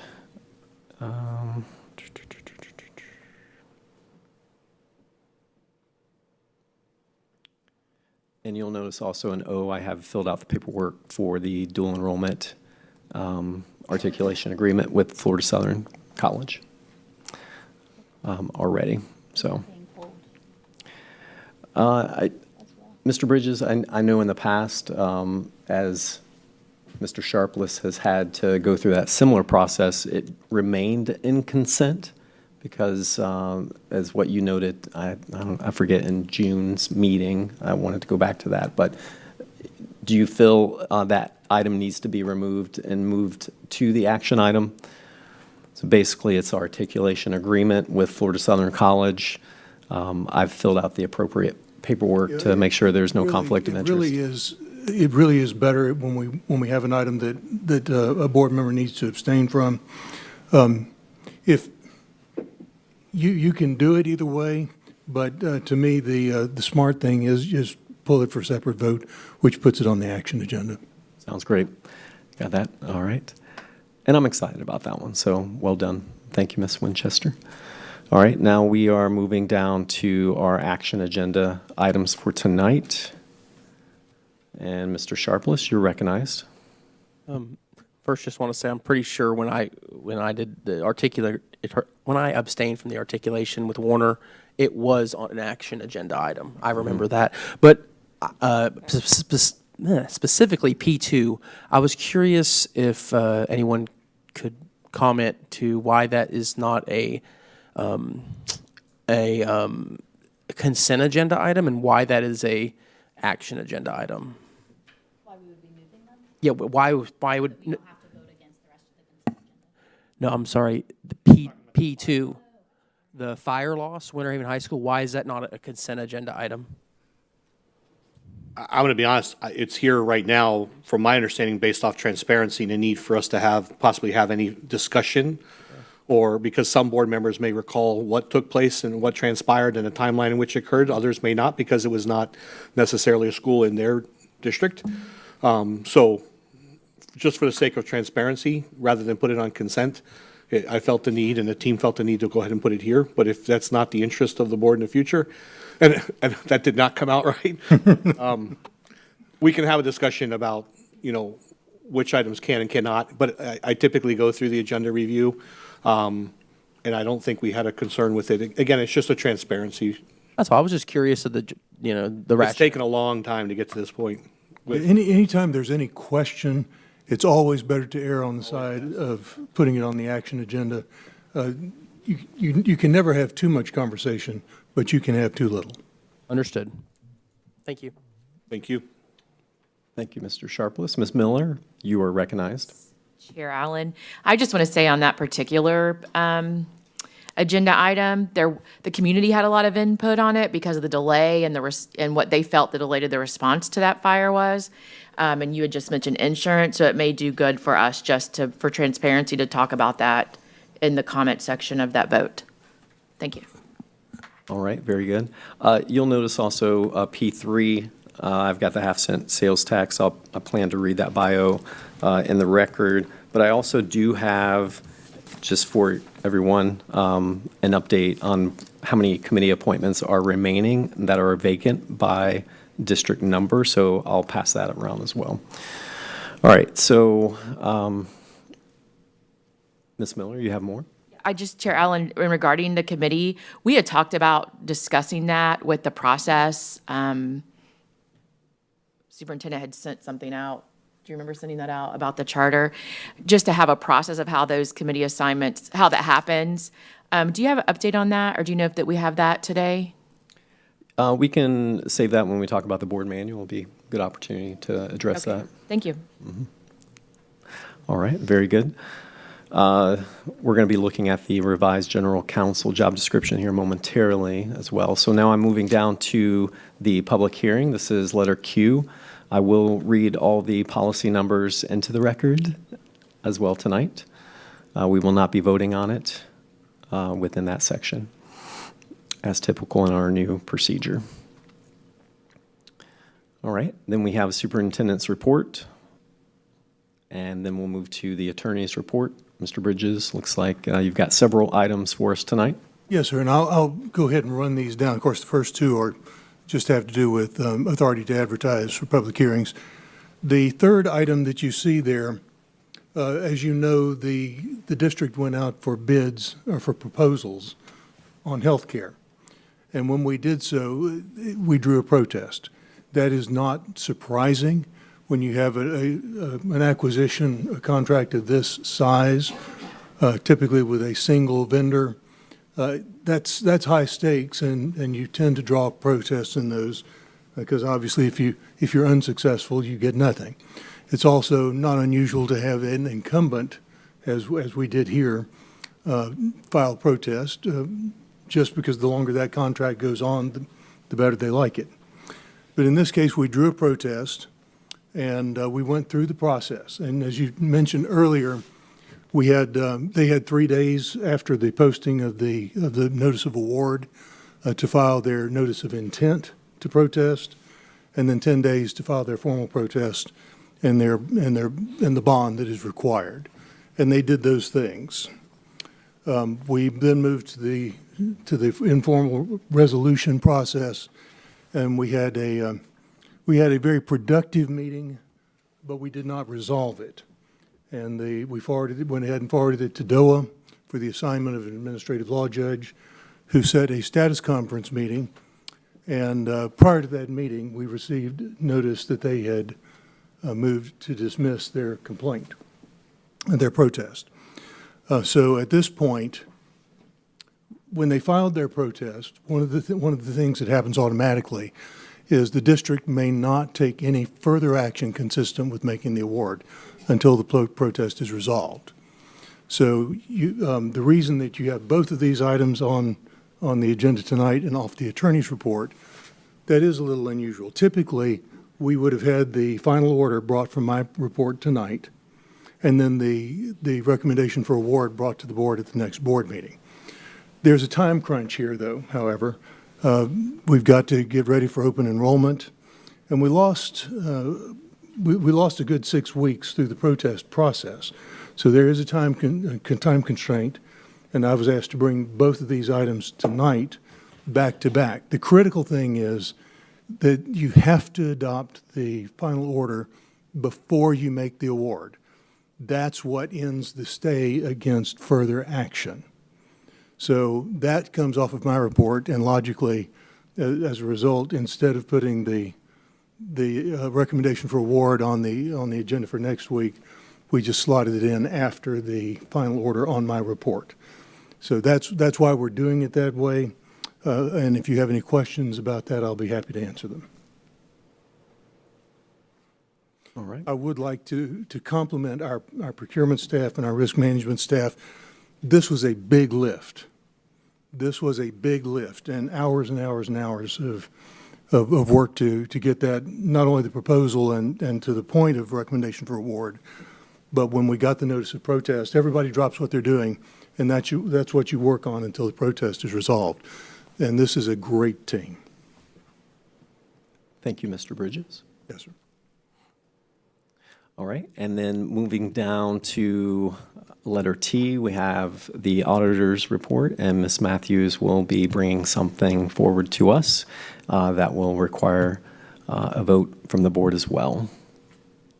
And then we'll move through our board member reports, and then public comment, and then we'll adjourn for the evening.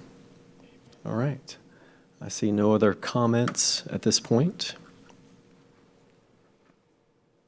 on the agenda for tonight. All right. Look forward to being together. All right, I'm going to go back now to our work session, so give me a moment here. And I would like to move down to the old business, which is board member manual and evaluation deadline. You should see some items in there. And if you remember, some time ago, I'd asked for you all to submit some editorial changes that you would like or any additions to that board manual. So I'd just like to report that all editorial updates have been made at this point. We would like to move this document into production. I would like to thank our team, Ms. Yvette and Linda, for working on this, and then thanks to the board members that did submit your suggestions. Now, moving forward, I know Ms. Miller had a question. I would like to have a consensus from you all to schedule a board retreat this fall, and ideally in October to discuss a few more additions, okay? So you should have received an email as well on some historical data of our board budget. It's important that we, as a board, look at our board budget annually as well. So that is in front of you in email form. So some of the additions that I would like us to discuss in that board retreat would include the addition of P cards for each board member, which includes a line item budget for each board member. This was brought forward as a discussion and an addition, possible addition to the board manual to be used on professional development and what that looks like at the local, state, and national level. Also, a board self-evaluation. Again, this board manual is something that's been with us for a long time, and it does talk a lot about self-evaluation as a board. So I think in that board retreat, it would be an opportunity for us to move towards the master board training as well with the FSBA. So that's what I'm looking forward to and proposing. So I would love to hear some feedback from you. We do have a couple dates in October that Ms. Yvette has submitted. And then lastly, you also see the superintendent's evaluation instrument. I just wanted to include that to keep that in front of you. Per his contract, there's a deadline of September 30th of each year that his evaluation is to be completed. Now, he did say in his 10 years of being superintendent, there's never been a board that submitted the evaluation on time.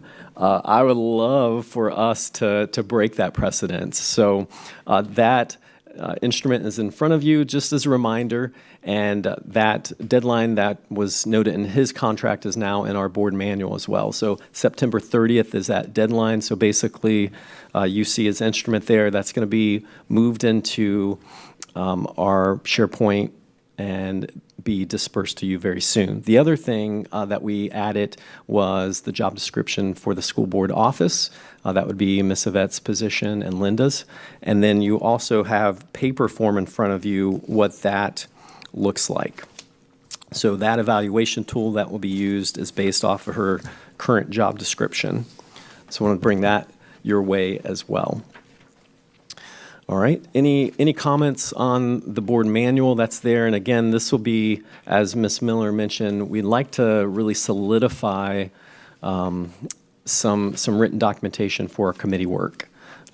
Superintendent Hyde did send out some information not too long ago in regards to our committees, but we want to make sure that that's added as well. So I think a good opportunity to do that would be in our board retreat in October. Any questions at this point? All right, Ms. Wyatt, you're recognized. Thank you. I know you said you have a few dates picked out. Are you able to share those, or how soon can we get those solidified? I just want to make sure that coordinating 7 calendars for a full day is a challenge, and I know I'm booking well into October, November at this point. Yep, so right now, we've got a list of dates. October 2nd, the 11th, the 15th, the 21st, the 23rd, 24th. Yeah, so there's a lot. Okay. So Ms. Yvette can forward those to you, but, and we're going to definitely need to reference our calendar as well when we talk about the attorney's position, our general counsel position as well. So if we can lock in something in October, would y'all all like to stay on the Tuesdays? Do y'all have a preference? Not necessarily. Yeah. Mm-hmm. All right. The only Tuesday that was proposed was the 15th. That's not a good one. Do y'all have anything opposed on the 24th of October.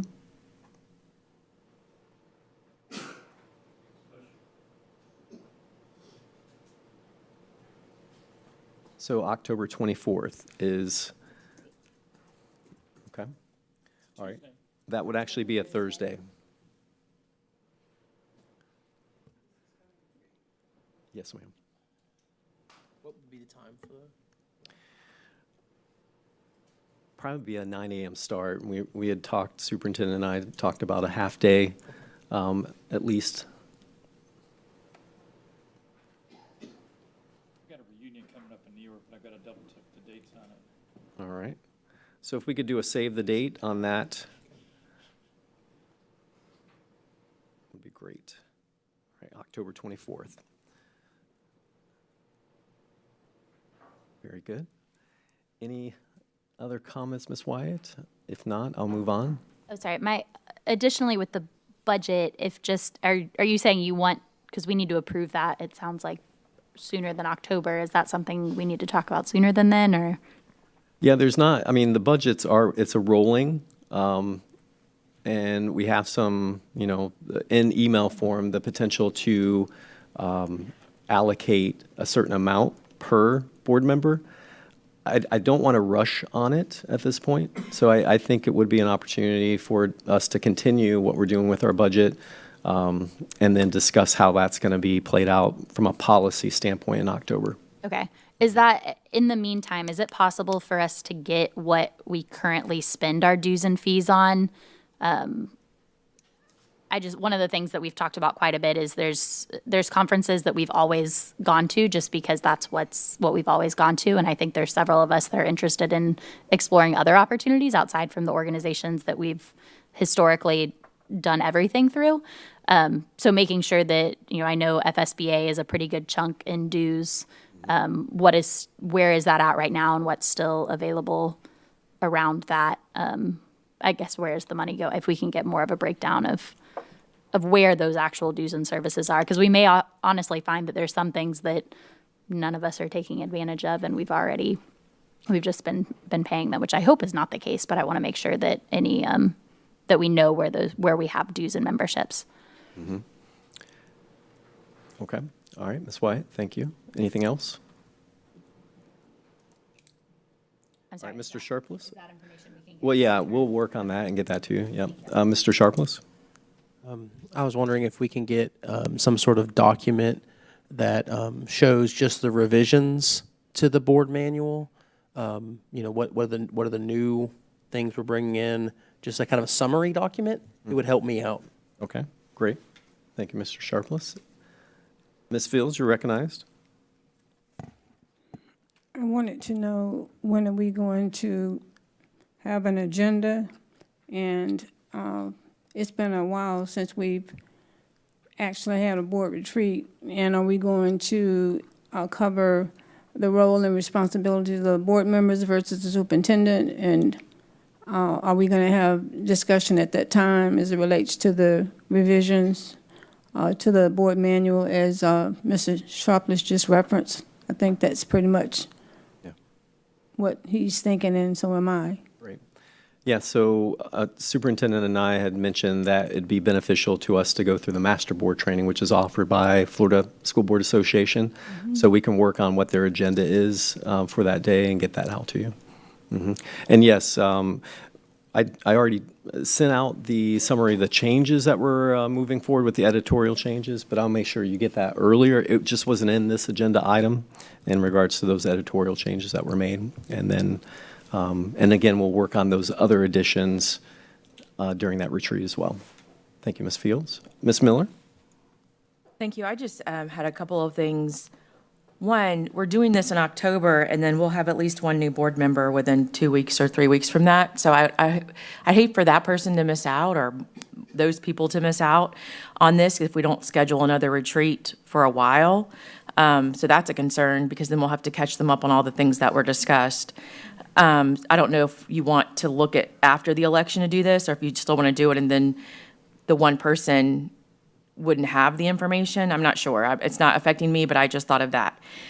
Second of all, I do want to talk about, and we can talk about it at the when we have the retreat, if we could have the itemized professional development and organizations we belong to, and with that, if someone can bring the option with FSBA, it is a substantial amount of money, and I would like just to discuss, it may be beneficial to keep us all registered with that organization, or if it's more beneficial to do it by member, we need to look at that, because I know to spend that kind of money, and not all 7 of us or majority of us, belonging, it might save to do it by member, so people who really get something out of it can do that.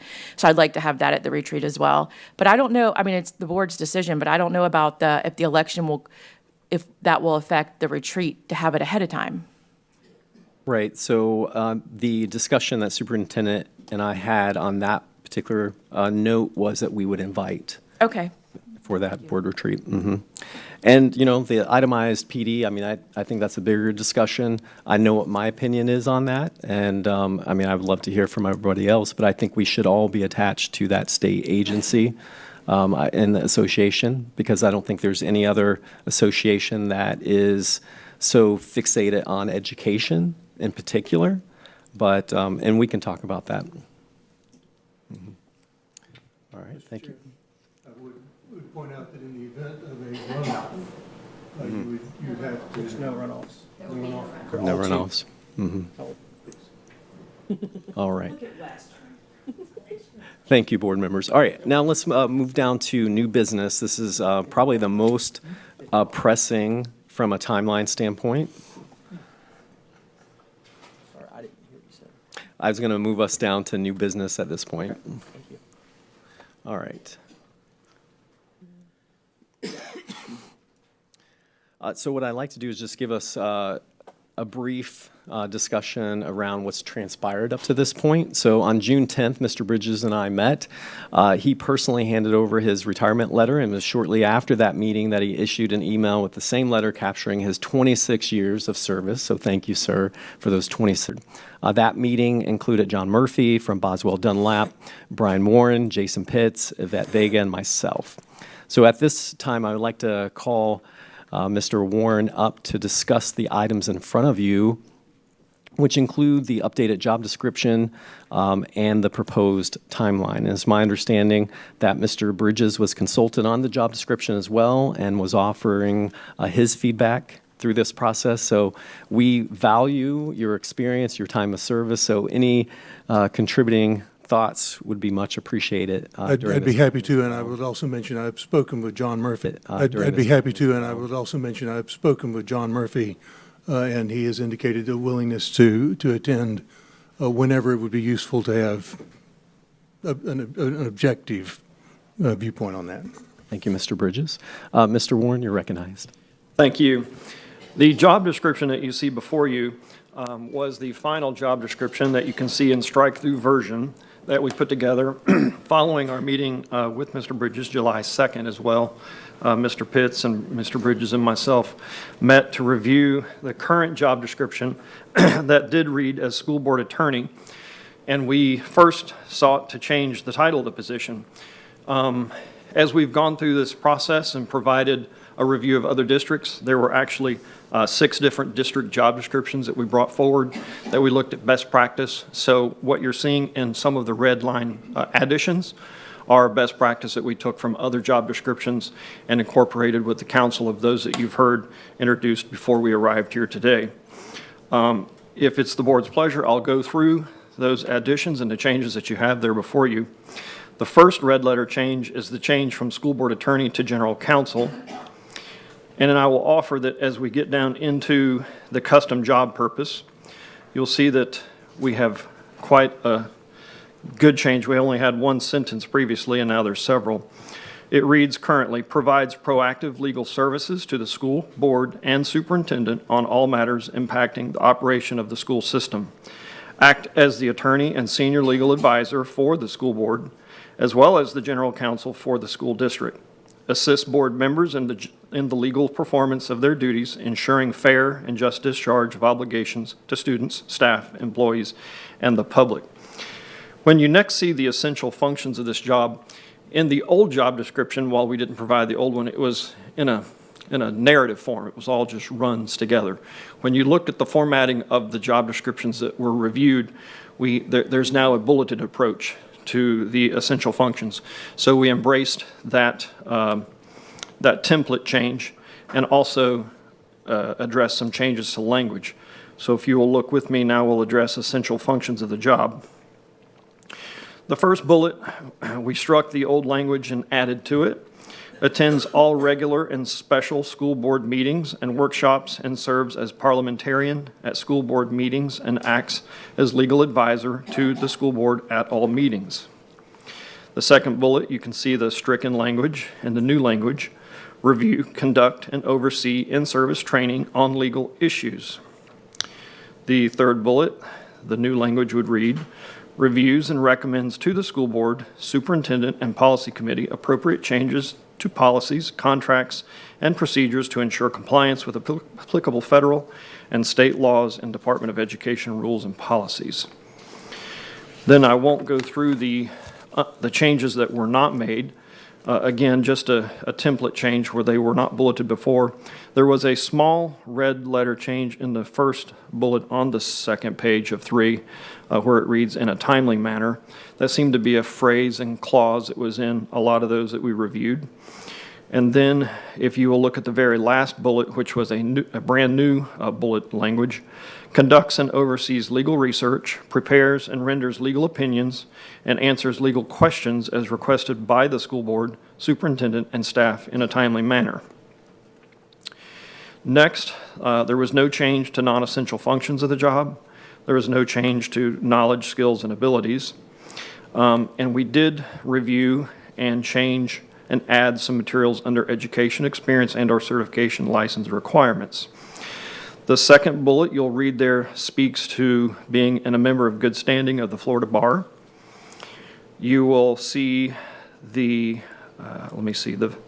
what is that, the next to the last bullet from the end, where it has been added a minimum of 5 years of practicing as a practicing attorney with experience in education, governmental, and/or administrative law.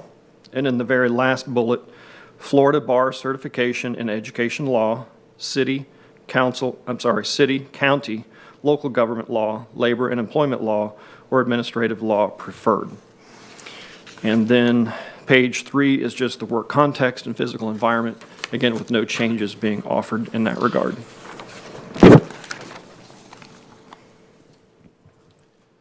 Thank you, Mr. Warren.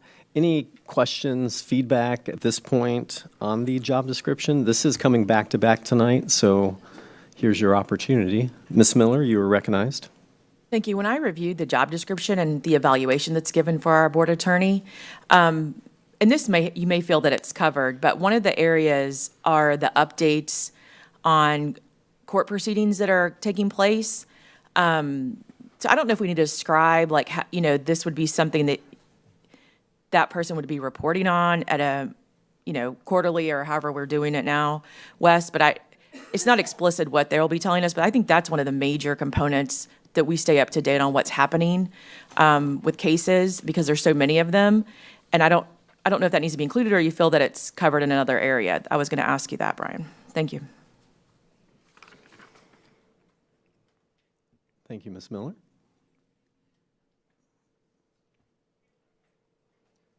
Any other comments on this job description?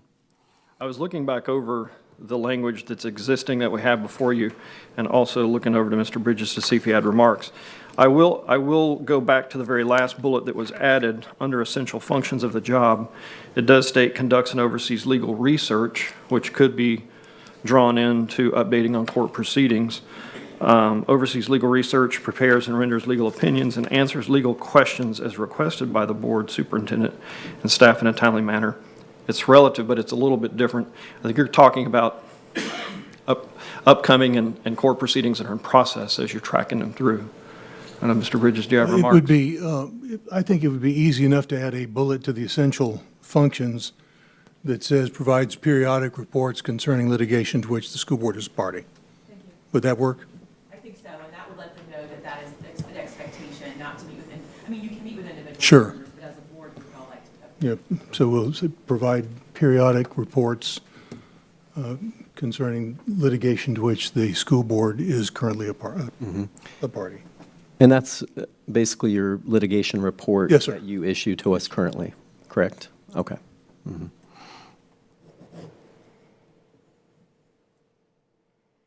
All right, Mr. Sharpless, you're recognized.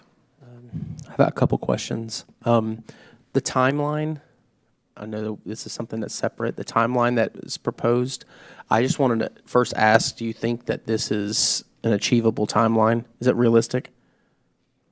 I'm happy to go there when Dr. Allen takes me there, but it's an aggressive timeline. I think we're going to unpack that here in Okay. a moment. Well, then I have another question about the actual job description.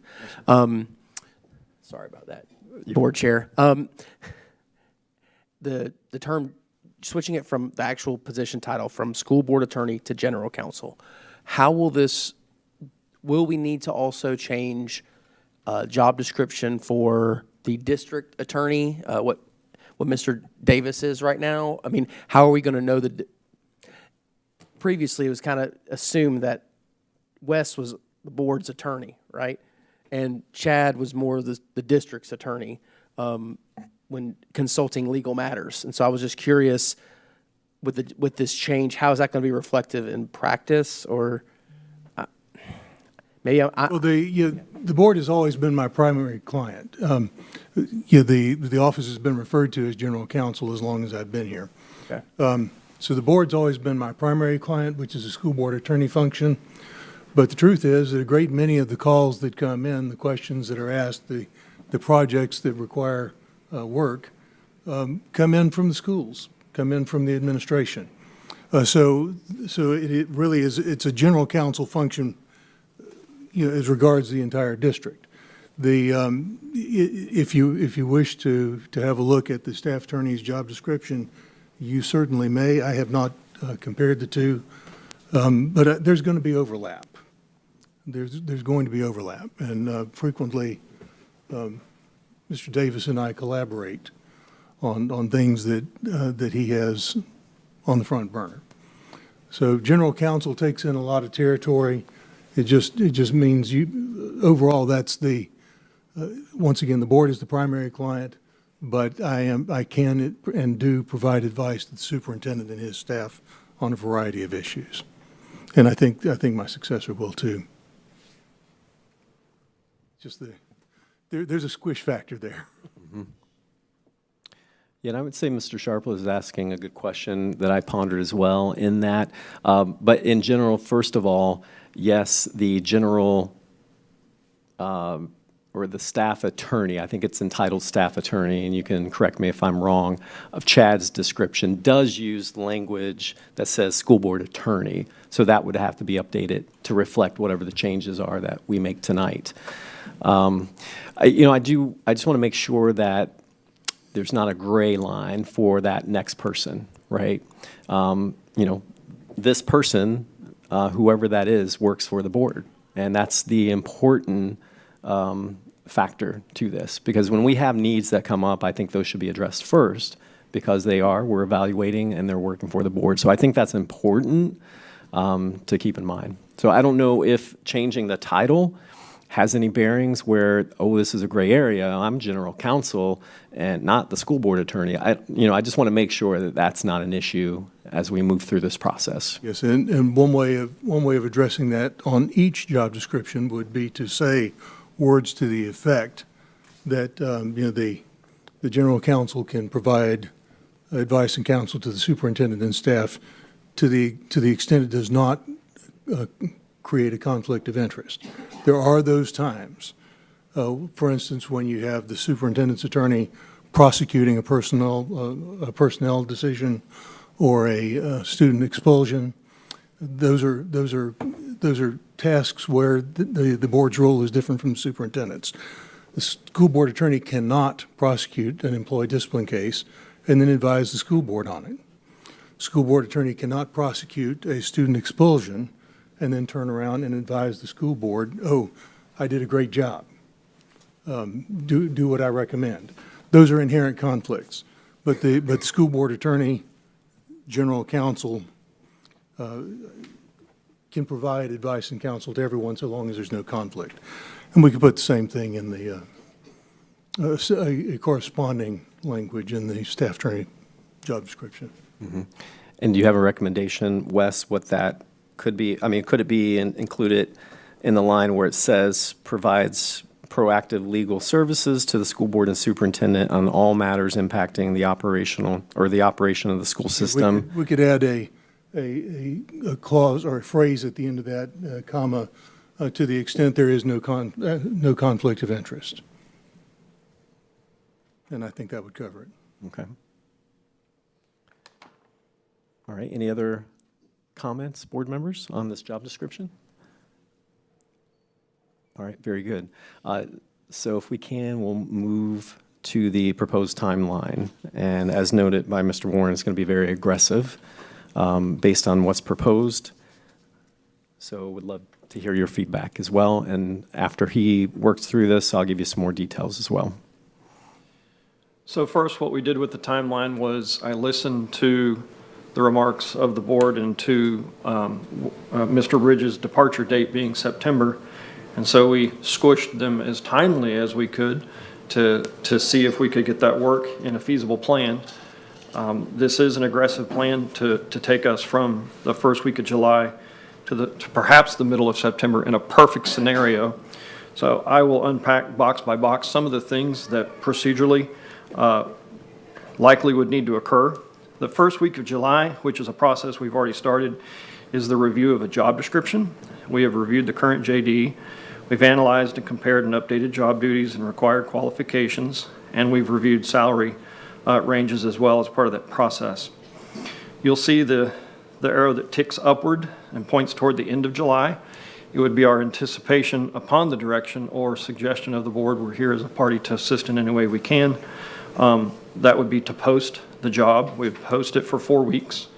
We would post it out on the Florida Bar website, the Florida School Board Attorneys Association website, and their listserv that they have as well as LinkedIn, Indeed, our local website, and Ed Week. So we'd go as wide open as we could there. You'll notice the next bullet ticking down, mid-August. The 4 weeks would have elapsed, so at this point in time, we would have applicants that are now in the queues, either between a board delegate or board staff member or HRS, as would be determined by Dr. Allen.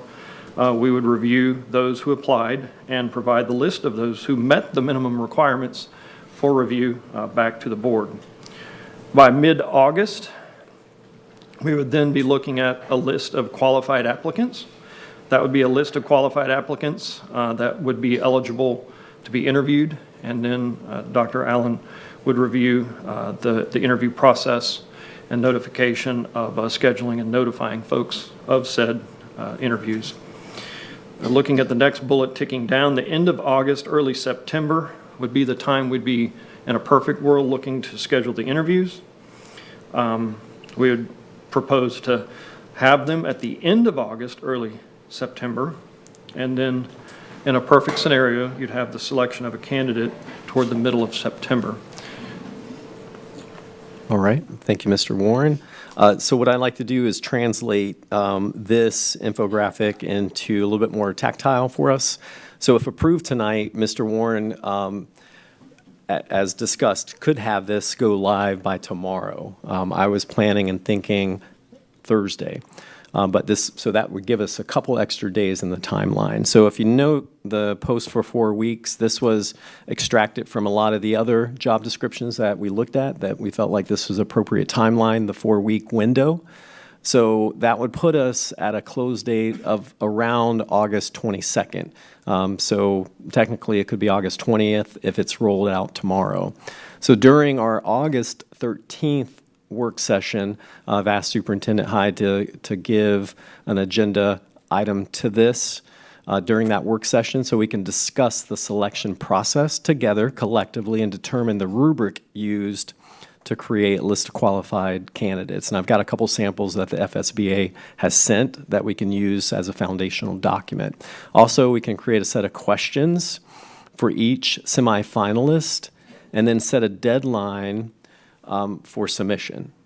So lastly, we can discuss the interview process, which needs to happen during our August 3rd meeting. And from there, after the August 22nd or 20th close date, using the modified rubric that we worked through during that work session and our job description, the list of qualified candidates would be selected and presented to the board as semifinalists. And then the semifinalists, hopefully at least 3, would be ideal, maybe 4, would then receive the set of agreed upon questions from this board that we determine August 13th. They'll have approximately a week and a couple days to submit those back to us.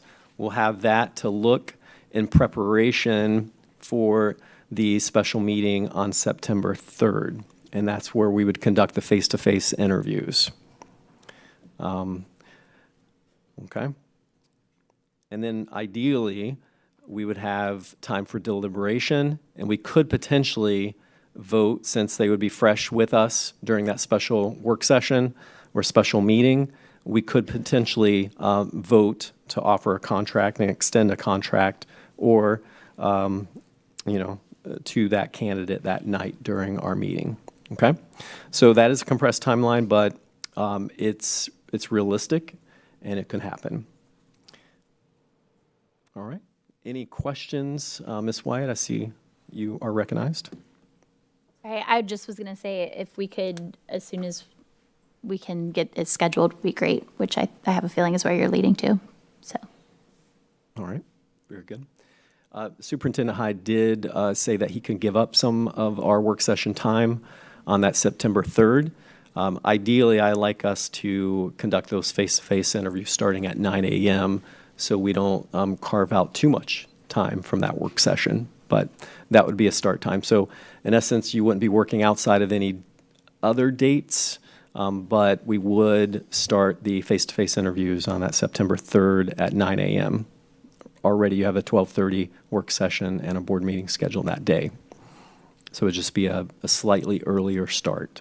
If that causes conflict, please let me know. Mr. Chair, would you like for me to request John Murphy to be present at that meeting? That would be great. Yes, sir. If that's the will of the board. What was the date on that one? What was the date on that one, sir? That would be September 3rd. September 3rd. Mm-hmm. At 9 a.m. All right. Thank you, Ms. Wyatt. Ms. Miller, you're recognized. Thank you, Chair Allen. I have a question for Mr. Warren. We often get limited responses to advertisements of executive level jobs. I'm assuming your department, with an organization as large as this is, has some kind of lines to recruitment agents. Like, there are recruiters for executive leadership, especially this kind of position. We have a compressed time frame. Are we utilizing those resources as well, the ones you've listed here? Because Indeed's not going to have Wes or a Wes-like person. Thank you. We will access these and any others that we need to tap. I know that we work closely with FSB, Florida Assist FADS, and otherwise there's a group out there that also are tracking folks that I think would have maybe some folks on the ground, that we could get information out for the advertisements. But to answer your question, yes. And Ms. Miller, if you have resources as well, we could look into. Thank you. We will spread the word and get it out. We strategically tried to align those suggestions, but that's not the end-all list. We're open for any and all avenues that may be out there. Thank you. Mm-hmm. Thank you, Mr. Warren. Mr. Bridges, do you have any pulse? Because we've had several attorney positions filled across the state. Do you have any idea what those applicant pools look like? Not precisely. I know that these things are cyclical. I know that when I applied for the staff attorney position in Pinellas County, there were 125 applications, and of those, quite a few were qualified.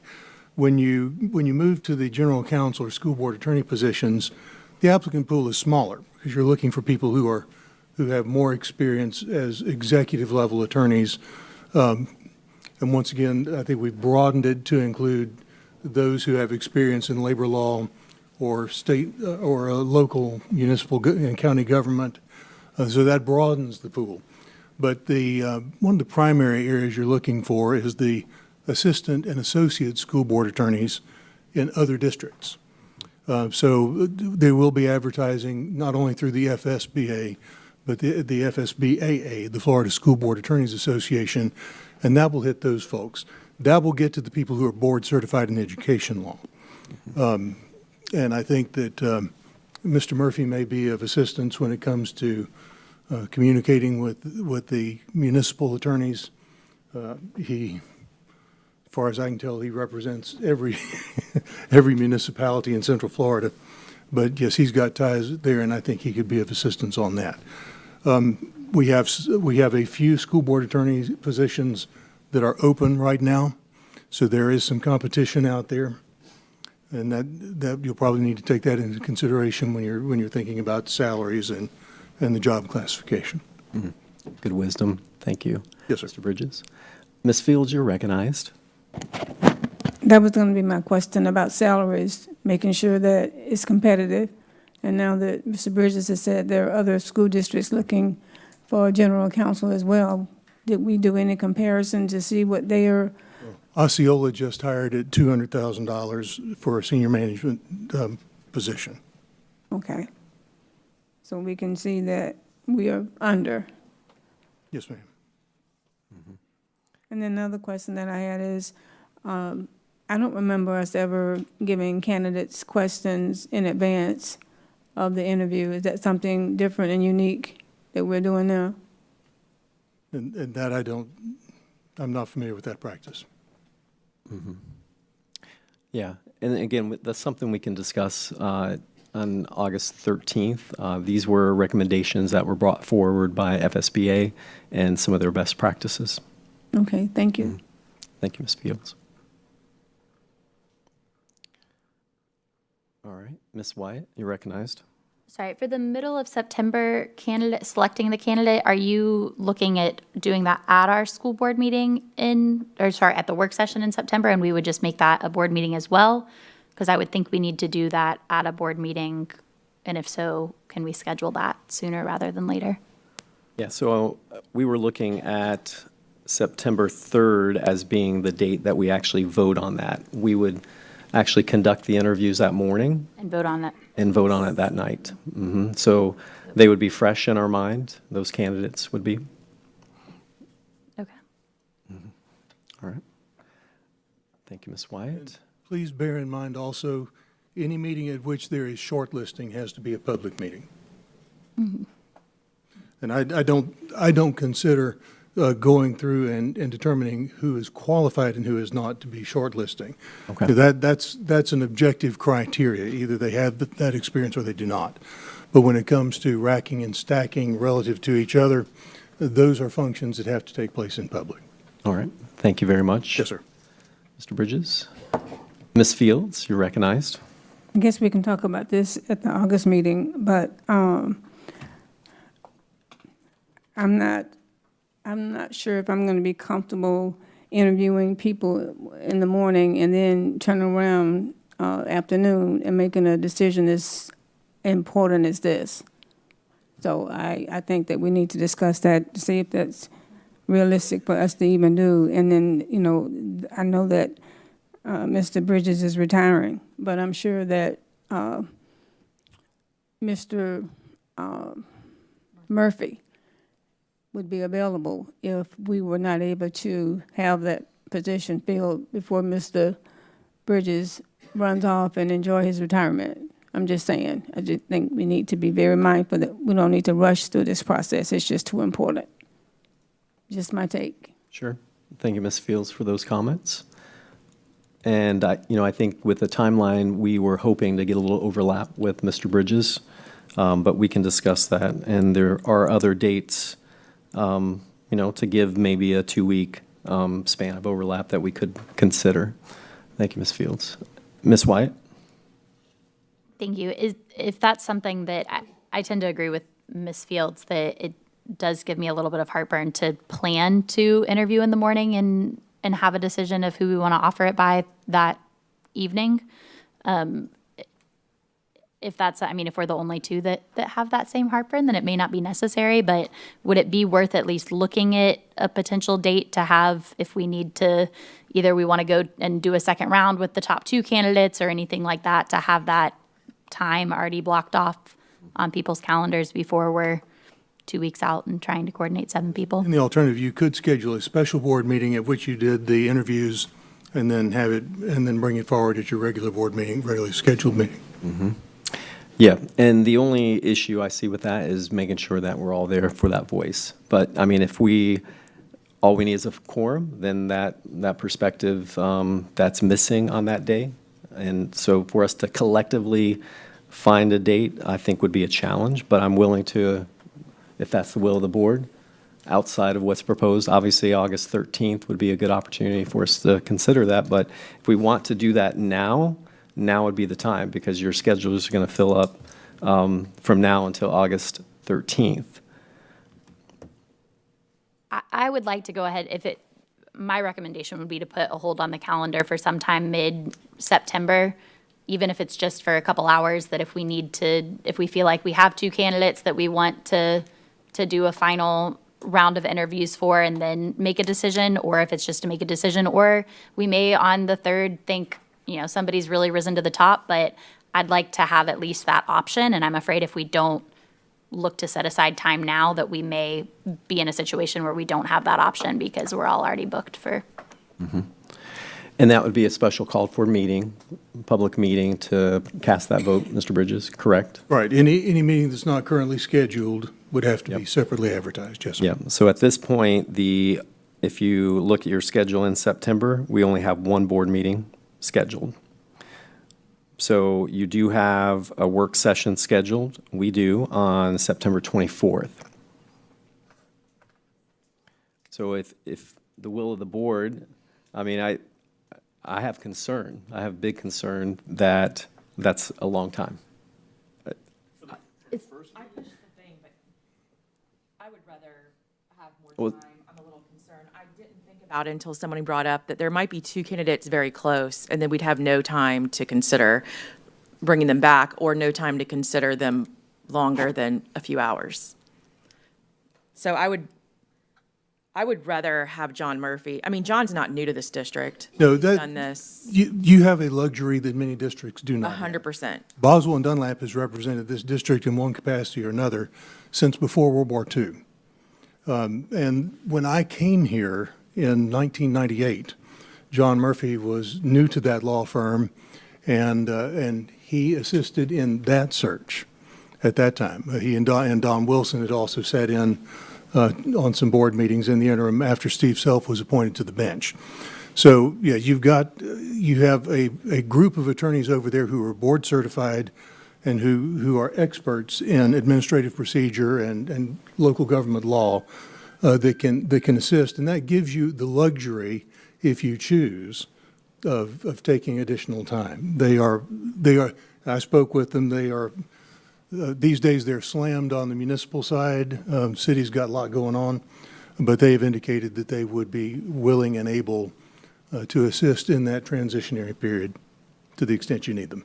Chair Allen, I still have have we talked about asking the superintendent for work session time and doing it on the 24th, or is that what gives you pause? No, so we've already, which date are you talking about? Since we already have a work session on the 24th? No, we haven't addressed that one. We did address September 3rd, that he'd be willing to give more of that work session time for us to deliberate and have some pretty extensive time, even to the point where he felt that we could bring the work session as a start time at 3 o'clock on that Tuesday rather than 12:30.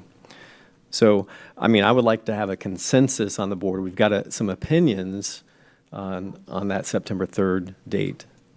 If I may, Mr. Chair, members of the board. So the September 3rd date makes a great deal of sense if you already have whittled it down to 4 or 5 candidates. What I would suggest, and in talking with Ms. Winchester and with Yvette as well, is that on the work session on the 24th, we can simply add a board meeting at the end, even if it's just abbreviated, just for the sole purpose of you, because that would allow you 2 weeks to consider review your notes from your final candidates, and if you felt the need to bring in two finalists, semifinalists, or finalists, excuse me, for one final meeting or discussion, you'd have that evening to do that, and then you could make a decision that evening, because really you're down to two individuals. So I would suggest that or offer that, but if the board wants to take some time out of the existing workshop, happy to do that. But I do think we're going to have to advertise that portion of the meeting as a board meeting to make sure we're in compliance, to give you the opportunity to have that discussion and interview afterwards. So that would be the suggestion I would make, so you get it both of them done in the same month and not prolong the situation too much longer. But all of this is going to be driven based off the number of quality candidates you get during the application process, because you may find, as we have from time to time, we may find that we may have to extend the window and advertise a different route, and we're going to try and cover all our bases to assist you. But I just wanted to offer that, so I'm sorry, I'll tap out at this point. All right. So then what I heard from you is that the potential of offering a board meeting on September 24th as a deciding factor that night for your vote. All right. So Ms. Wyatt, you're recognized. Thank you. My question was just going to be on the 24th, would we need to have the board meeting after 5 p.m. or if that's the only thing, could we do it immediately following the work session? I don't know how much, sorry. You need, for board meetings where you're going to take action, you really need to have a time certain, because the whole purpose of advertising it is so that members of the public who are interested can be there. So, yes, I think you would need to have a time certain for it. Okay, so do the work session first thing in the morning and then come back at 5 to do the board meeting? You could do that, or you could, if you're doing it first thing in the morning and you want to have a special meeting at 3, or, whatever, Okay. whatever the time requirement is based on how many applicants there are and how many interviews you wish to conduct. Yes, ma'am. Yeah, I think I would favor the 5 o'clock if we wanted to have public input. But that's my opinion on that. I mean, I think making sure it's accessible to the general public is very important in the process. Mr. Sharpless, you're recognized. Just for consensus, just wanted to state my opinion that I feel like 3 weeks from those interviews to making a decision on the 24th is wise, gives us time to think about it, and I am all for having a board meeting on the 24th to make a decision. Thank you, Mr. Sharpless. All right, so at this point, I'm hearing 4 opinions that we're okay with having that block of time in between, and no need to vote on that September 3rd. All right, very good. So if there's no other comments at this time, I don't see anything on the speaker list. So I think we've been thorough enough for this moment. Staff, Mr. Warren, Mr. Pitts, thank you for your time on this. Much appreciated. All right, board members, at this point, there's no other business. Oh, actually, we do have a little bit more business to wrap up. Board member comments. Mr. Sharpless, you're recognized. So since we spoke about FSBA earlier, want to just give a little report. I have been selected to be on the FSBA and FADS joint conference planning. So basically, I'll be one of the individuals that are helping plan our joint conference, which is the beginning of December. I just wanted to let the board know if you have any suggestions for general sessions or suggestions for breakout session topics for the FSBA FADS joint conference, please let me know. I'm actually going to be in Tallahassee on August 5th, and as part of that, that planning process, so I really need these somewhat urgent. Since you can communicate with me on this, because it's not going to be governed by sunshine law, because it's not our board business, so feel free to communicate with me about, and you can correct me if I'm wrong on this, but the conference is not board business, so. Suggesting topics to you, Yes. I think it's fine. Okay, thank you. And so if you plan on and you would like to attend the conference and you would like to have some input, please let me know. And the reason that I was selected to be on that committee for the planning was because I'm the leadership services chair for FSBA this year. And they're the ones that do the certified board member and all that. So anyhow, also I want to encourage each of you to attend our FSBA West Central meeting. It's our regional meeting. It's going to be on August 7th from 1 to 4 p.m. And it's going to be actually at the School District of Lee County's Administration Building down in Fort Myers. It's a free event, doesn't cost anything for registration. Let Yvette know if you want to register for that, so she can register for you for that. But it's a great time for collaboration and fellowship within our region. So that's my FSBA report. Thank you, Mr. Sharpless. Ms. Fields, you're recognized. Thank you. I wasn't able to be at the board meeting last month, but I had spoken to the superintendent. We had a conversation about the folks that's been coming to our meeting wanting us to have conversation about the referendum for teachers' salaries. And I was wanting to see if we could plan a time to have that on the agenda for discussion so that the superintendent can publicly let everyone know what he's done behind the scene and then have discussion from the board as well. All right. Thank you, Ms. Fields.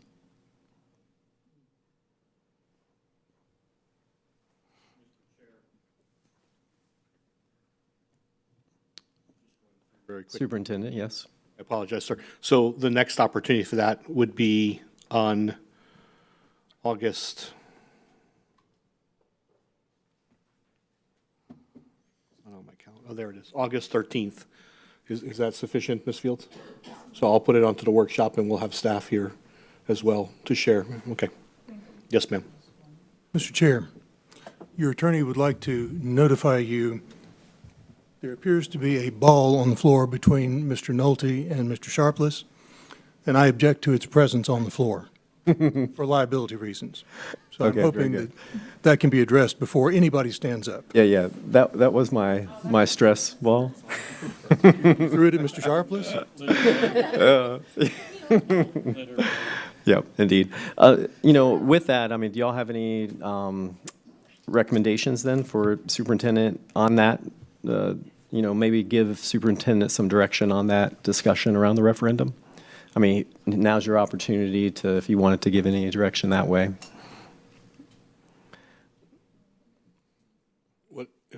Maybe it would help if I clarified what I intended. Yeah, I think that would be very helpful. There are various types of referendums that are available to us as a school district.